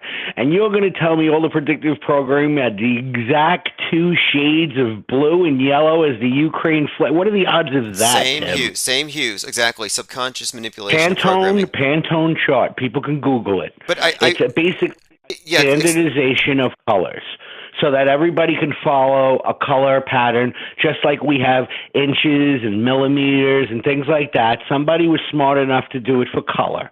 So if you were on the other side of the world and, computer monitors and print and everything is not the same, what color? I want maroon 357, and boom, you have the same exact color on the other side of the world. Now, I would contend that the level of predictive programming goes against the idea that people actually died. If the program was for a movie psyop to be played on the news as real, there wouldn't need to be murders just casually thrown in there, accidental or otherwise. I think those would work against the plan. But we're not. I would understand if who was into being deviant was a respectable person. I know they're baby eaters. Yes. I know they're baby eaters, but it would be unconscionably sloppy. Well, it's what makes it really bad is they eat the babies with mustard. Yeah. I you know what I mean? The babies are definitely for mayonnaise and ketchup, hot sauce. But when you put mustard on them, you lost me, man. Biden said, prepare for shortages. It's 2022. So that may be on the menu. And I found a clip of a environmentalist. She was screaming that we need to start eating the babies. There's too much CO2 to AOC. Right, I remember. And she was a phony. She was a faker. Oh, she was so good. There's a guy, Alex Stein. I don't know if you've heard of the comedian Alex Stein. So he's like a low-level politician in Texas. And he was serious. He was like, why are you forcing the shots? And things. Nobody would listen to him. So he started writing scripts as an ultra left-winger. And today the video clip came out. It was on Tucker Carlson. I was dying laughing. Oh, that. He was basically screaming. He was basically screaming that all the people there need to help Ukraine, and you'll never know who a real hero is. And he held up a picture of Zelensky. And he basically said, I expect you all to volunteer for the Ukrainian army. And, oh, my God, it was so funny. Dude, he's a Poe. And they listened to him. Yeah, he's a Poe. He was serious to him. Well, what he's doing, the tactic, he's an extreme parody. Well, he's a parody of an extremist. So he's taking the extreme lib take on things, and they think it's legit, so they love him. They don't know he's just a practical joker. And yeah, I predict this. I have a note here on the screen. January 12th of 2022, I first saw him go on and do his rapping thing, and I said, I would not be shocked to see Tucker Carlson cover this because of the extreme ironic nature of how it's actually a believable lib. Wow. So I called it. Wow, you are either psychic or you pay attention, man. It's one of the two, Tim. You're either psychic or you pay attention and you put things together. That's great, man. That you said Tucker Carlson with him. Oh my God, it's so funny. I said it I like hours the Jordan Maxwell, after. man. That's what I like about you. Like Jordan Maxwell, I love the guy because he made you think. I'm not saying everything he said was right, but like when he talked about currents and currency and your birthing waters and a manifest document and admiralty law, if that was fiction, that is a masterpiece on its own. You could make a movie. Jordan Maxwell, the shame he didn't write a movie like Conspiracy Theory with Mel Gibson. You know, you remember that movie. You know what? He told me, actually, I think National Treasure, which Nicolas Cage borrowed lecture material from Jordan Maxwell. I don't think he got credit, but... And he was living in a shed. Could you imagine that? Yeah, of course he didn't get credit, because people steal ideas. People will steal your ideas, and I'm sure they have. When that guy was selling the penguin mugs or whatever that weren't yours... Yes, right, what was that? What was the guy? Yeah, some guy tried to appropriate our mascot. This is a common theme. And with Jordan Maxwell, it's jordanmaxwellshow.com if you want to go check out his content. Yeah, I know. jordanmaxwell.com. I actually donate money to him because I listen on, and I support your channel.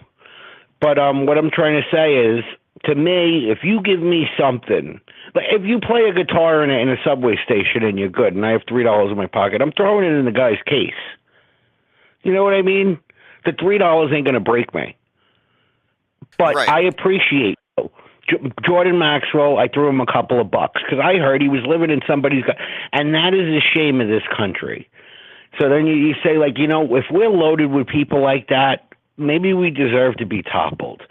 Because how could you be like National Treasure, which made millions, maybe even over $1 billion in the box office? It was a pretty big movie. And it was a good movie. I don't think it was the greatest movie ever, but it was cool. It was cool. It was like the Da Vinci Code. It was cool. You know what I mean? And you're going to make all this money, and then the guy you pinch the ideas from, you won't even throw him a bone. He was living in somebody's shed. And if you heard him in his last years, like 2021, he was like, he sounded like he had pneumonia, or something, because he was living in somebody's shed. Yeah, that's intellectual property theft. He had to deal with cyber squatters where somebody bought his domain. And I told you my personal story. I'm not going to get into it. But basically, this guy literally, my wife will be the witness, said half of my joke. So he was doing like the steal your punchline and then change it, whatever. But anyway, he watched my thing, and the guy made $50 million a year on NBC. You couldn't have literally said, you know what, I appreciate your jokes. If you let me say them on TV, come out for a day to LA. We'll put you down as a writing credit. I won't even pay you, but you could say you wrote jokes for the Tonight Show. And then you could go on, you could say that on your resume and get more stand-up work. Whatever. No, they don't do that, man. Yes, they're all greedy and they're all evil. Yeah, intellectual property is such a tricky thing. And there's a guy on the internet that I really like. He's called Mud Fossils, and I don't necessarily agree with him either. But he believes we had giants that were 100, 200 feet tall. He swears he has a finger with a fingernail that made a rock, and he had a DNA tested, and it comes back as human. Guy's name is Roger Spur. And I made a video on the old world order, and he literally on his thing posted it said, this came from William blah, blah, blah's channel, 5 Minutes of Fame, and you have the link here, and I like what he said about this, and he credited me. And I thought the world of him. I probably got 40 hits on my video from it, because he only got like 200 hits on his video. But that is an admirable person. Just like when I watch your show. If somebody comes up with something creative, you give them credit. You know what I mean? It's important because what we're doing is we're forming a network of perceivers. And so this guy was smart enough to see that. Why would I want to burn that bridge and steal the idea? Exact. I want to... Exact. And we have... Pick his brain more. You get part 2. It could be even better. And then you have him on your side. Always sequels are worse. You talk to Jordan Maxwell for part 1. You stole his ideas. For part 2, you hand him a check and say, let's work on a sequel for part 2. Watch the movie. Tell me what I did wrong. What could I have done? Boom. You'd be the one like, I can't believe that I watched part 2 and it was even better than part 1. You know what I mean? How rare is that? Like we were joking around about Gremlins 3. They would never make a Gremlins 3 because what else could you do with it? Yeah, I get the feeling that our psyops are just really bad sequels. Like our grandparents or whatever, they got Pearl Harbor, very dramatic. You didn't have a lot of counter evidence to it, so the story just stuck. 9/11, it was pretty good production for the time, and we didn't have the real-time networks online to criticize it the way we do now. But then, COVID-19 comes around, and like the special effects, non-existent, very bad acting everywhere. And I'm like, every subsequent major psyop is just worse. So I'm just wondering if the aliens show up, are we just going to laugh at them? Like, are they going to even be believable? I think they're already here. And I'm going to tell you this, and I don't care if you think I'm crazy. I don't think you'll think I'm crazy. I think you'll at least minimum define it as my own reality, and maybe I had a brain short and seen something. But I saw a UFO up here. And there was a whole team of track workers that saw it too, working on the train track. But anyway, it just looked like 3 silver balloons, like in the profile of a Volkswagen Beetle. And then poof, it didn't take off or nothing. It just vanished in thin air, like I would say 300 feet from me and like 50 feet up in the air. It was about the size of a Volkswagen Beetle. And it vanished. And they were like, "Did you see that?" I said, "It looked like a Volkswagen Beetle." He goes, "Yeah, it looked like a Volkswagen Beetle." I said, "Listen, don't tell anybody. They're not going to believe you, and they're going to think you're crazy. But I saw what you saw, and no, we can't do anything about it. So that's it." But what I think is, I think that there are look, you look around the world, we have come to great achievements as people over and over and over again. And then tragedy after tragedy after tragedy knocks us. Like, God, I can't think of his name, the guy on Rogan all the time, the author. We're a species with amnesia. Graham Hancock says we're a species with amnesia. I believe that. If somebody hit you in an alley with a pipe, you may not remember you're Tim Osmond and have this podcast. Where am I? What the hell is going on? You know what I mean? They do that to the collective. Every time we reach a certain point, either a number of population or an advancement of technology or this or that, and I think we're at that point again. It's coming around. You know what I mean? I agree. Amnesic makes sense, and I think that we're being put into this. We're being given a reset and a blank slate, but by a certain. I think there's somebody who knows. Like, I don't think that everyone's having. If you could talk to ants, listen. If you could talk to ants, the bugs on the floor, all right, and you talk to the ones outside, right, and then you put them in an ant farm. And then the second generation worker ants came around. He'd be like, "You don't understand, man. I came from a place there was no glass wall on the side. And it wasn't just we had up and down and forwards and backwards. We had left and right." And all the other ants would be like, "You're crazy, man. You're crazy. This is all there ever is. This ant farm is all there ever is." No, I'm telling you, with trees, sometimes you'd find an ice cream cone on the floor. And we'd all get stuck on it, but we'd still eat it. Yeah, you're crazy, man. All we have here is sugar water and 4 directions. That's mankind, man. We're the ant farm, bro. We're the ant farm, and there's something outside of the dome or the infinite plane or something bigger than us. And whatever it is, I don't know. I don't know what the purpose is, bro. Okay, so if you're right and the aliens are already here, we're in an alien ant farm, whatever aliens are. Yeah. And I can agree with that.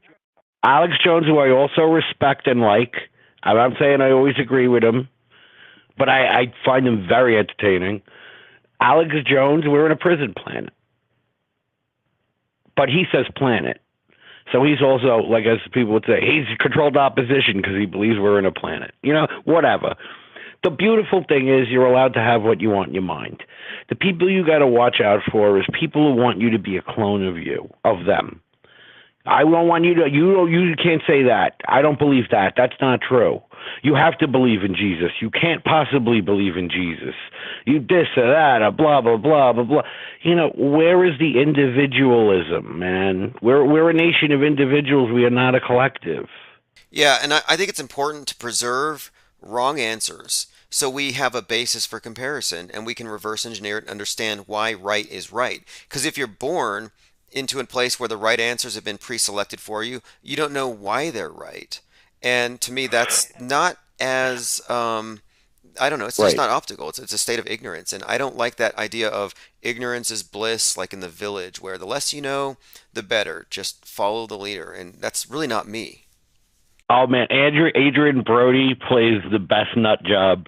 Oh my god. Doesn't he? Yes. Oh yeah, yeah. That character, and you notice the three characters who saw through the village, through the deception: the village idiot who thought everything was funny, the blind girl, Yeah. and the critical thinker who was just suspicious of authority. But all the rest of the people Right. got along just fine. Yeah, when I watched the other thing, The Island, you remember The Island where they were organ harvested clones that lived underground, and then they you won the lottery to go to the island. And it was like, yay, I'm going to the island. But what that meant is your organs need to be harvested for your real clone on the outside world who needs a liver. You know what I mean? Oh, I won the lottery, I'm going to the island. And the people were like, listen, I think this lottery's rigged. You know what I mean? Right. They'd kill him. You know. But anyway, I want to leave you with my last thought I had the other day. So, everybody was sure the Earth was flat a long time ago. And everybody was sure the Earth was the center of the universe. And a guy named Bruno came out with the heliocentric model. And the Vatican said, how dare you, and we have to put you to death. The Earth does not revolve around the sun. The sun revolves around the Earth. And everybody agreed he had to die. Boom. Nothing has changed since then. Why? Because if you don't go with the mainstream model, everybody believes you have to die. No matter what happens in between, all the other stuff is filler. The one thing that has never truly morphed for the better in humanity is that everybody believes that those we don't agree with have to die. And I'll leave you with that, brother. Have a good night. Appreciate the call as always, and thanks for that. Have a great evening. Everyone, that's 5 minutes of fame. And yeah, I think that's what we're talking about here. Tolerance. And I think that's the main reason why I even paid any attention to Flat Earth's ugly cousin, the Mandela effect, is they said, no, we will not tolerate those who can't believe it or don't believe it. We will call them liars and deniers. So they dropped the glove. They threw down the gauntlet when they decided to go after the non-believers. So I guess I don't have a problem with religion. I have a problem with religious fundamentalists who want to convert or kill. I don't know when it became Mandela Akbar, but, I'm choosing not to convert to that religion right now, and I'm not accepting their label of infidel, of sinner, of dark consciousness God blocker. I'm not a God blocker, whatever the heck that is. All right, hey, this has been great. As always, we're going to be doing a similar thing. We'll be taking calls again tomorrow. We will not be hyper-focused on this topic, as you know. This is just sort of something we just had to discuss because it's a hot topic right now, and it's about truth. It's about perception, and if nothing else, I think we do need to learn about faulty eyewitness testimony, the influence of the person asking the questions, about suggestion, and about gaslighting, because these are things that the media does. Really quick, this was sent to me by Based Schizo Pill on Twitter. He suggested here that, no, actually this was sent by someone else. Based suggested that maybe it's not him. He says, Robert Barnes has been around for a while. I've seen him on Jones. I need more evidence. Okay, so what we're looking at here, Robert Barnes is an attorney over there at InfoWars. And someone said to me that they believe that this has been Rob Skiba in one of these masks. In this case, a very head-thickening bald cap with a little bit of, it looks like a little bit of extra thickness on the brow. You can kind of see it. It looks very masky. So anyway, I do recall at the Vegas shooting, there was a witness who called in who sounded shockingly similar to Skiba. So I had it in my mind that Skiba was probably a crisis actor connected with InfoWars somehow. Well, then I see this. So is Robert Barnes Robert Skiba? Again, Robert Barnes. Is he Robert Skiba? Skiba was a director, At one point, he was even in the same room as Spielberg, which gives you an idea of the caliber of filmmaker and the potential he had. And he did a lot with it, as you would know if you followed his work. I have one of his books here. Real nice guy, but I don't believe he died of COVID. I don't believe in COVID. I do believe in crisis actors. I have more evidence for the existence of crisis actors than for the existence of any kind of contagious virus or pandemic specifically. You know, to me, I believe in bad weather. I don't believe in climate change. I believe some people get sick. Everybody gets sick here and there. I don't believe that one guy's bowl of underheated bat soup precipitated a global calamity. I think that's nonsense. But anyway, on the screen here, it looks to me like we may have another one of these crisis actors. So what's more likely? That he's a crisis actor or that he was killed by something that doesn't exist at a very convenient time at the exact same day that Joe Rogan, and oh no, it was Kyrie Irving for this guy. Kyrie Irving was creating controversy for not getting vaxxed and for being a flat earther. On that day that Skiba died, Kyrie's controversy was trending. When Mac Parhar died, Tim Pool and Joe Rogan were trending because they were sharing shots of or doses of ivermectin, Dr. Joe Rogan. And I was just noticing all these crisis actors are dying at these very interestingly timed moments, like when this topic is trending. So I just thought, okay, this has got to be just an actor and a shill. Jake the Asshole's in the chat, and he says, actor, shill. I agree. Pippi Langström says he's born again. Well, the thing is, this character pre-existed or coexisted. Now again, what we're positing here, what I'm suggesting, is that you're looking at basically a bald cap. I mean, look how enormous that crater, the cranium is compared to Skiba's, but the face and the features are all more or less the same. This is just one photo. I've been told the voices, who knows? I mean, somebody else needs to look into this. I'll check out later. I can't say 100%. I'm like 95% right now. That's where I am. Speaking of shills, I wanted to point this out because it's sort of a misconception. Russian Vids was rumored to have changed his name to RV Truth in solidarity with Ukraine. It's only a rumor. Hasn't necessarily been confirmed. So just make sure no one's spreading that as anything other than a rumor. All right, I'm going to try to watch Batman this weekend. I will do a review of Batman. I'll sit down for the whole 3 hours. So thanks again, everyone who contributes to the channel. It always goes into the channel, into research. And I am going to go check out the Batman movie because apparently the Riddler is like QAnon. And you have some kind of Bill Gates-esque villain. So I'll be checking that out. Oh yeah, that reminds me. Let me go and bring this up really quick. So RV Truth, again, it's like van life, just in an RV, drives around in his RV spreading the truth. He put in a privacy complaint against Jake the A-hole. Yep. He put in a privacy complaint, so he doesn't want his face or his name out there. He's still using the name, rather the face, of Rowdy Roddy Piper for some reason. Anyway, if you encounter Brian Staley on Twitter or in Telegram, on Rofkin, on Twitter, anywhere you see him, ask him, hey, how come at 5:25 Mountain Time, live, on a live stream, you lied about remembering Timmy being pulled from the well? Because even John Provost, Timmy himself, says it never happened. Timmy says the well was the one place Timmy never fell into. Abandoned mine shafts, off cliffs, into rivers, lakes, quicksand, but never a well.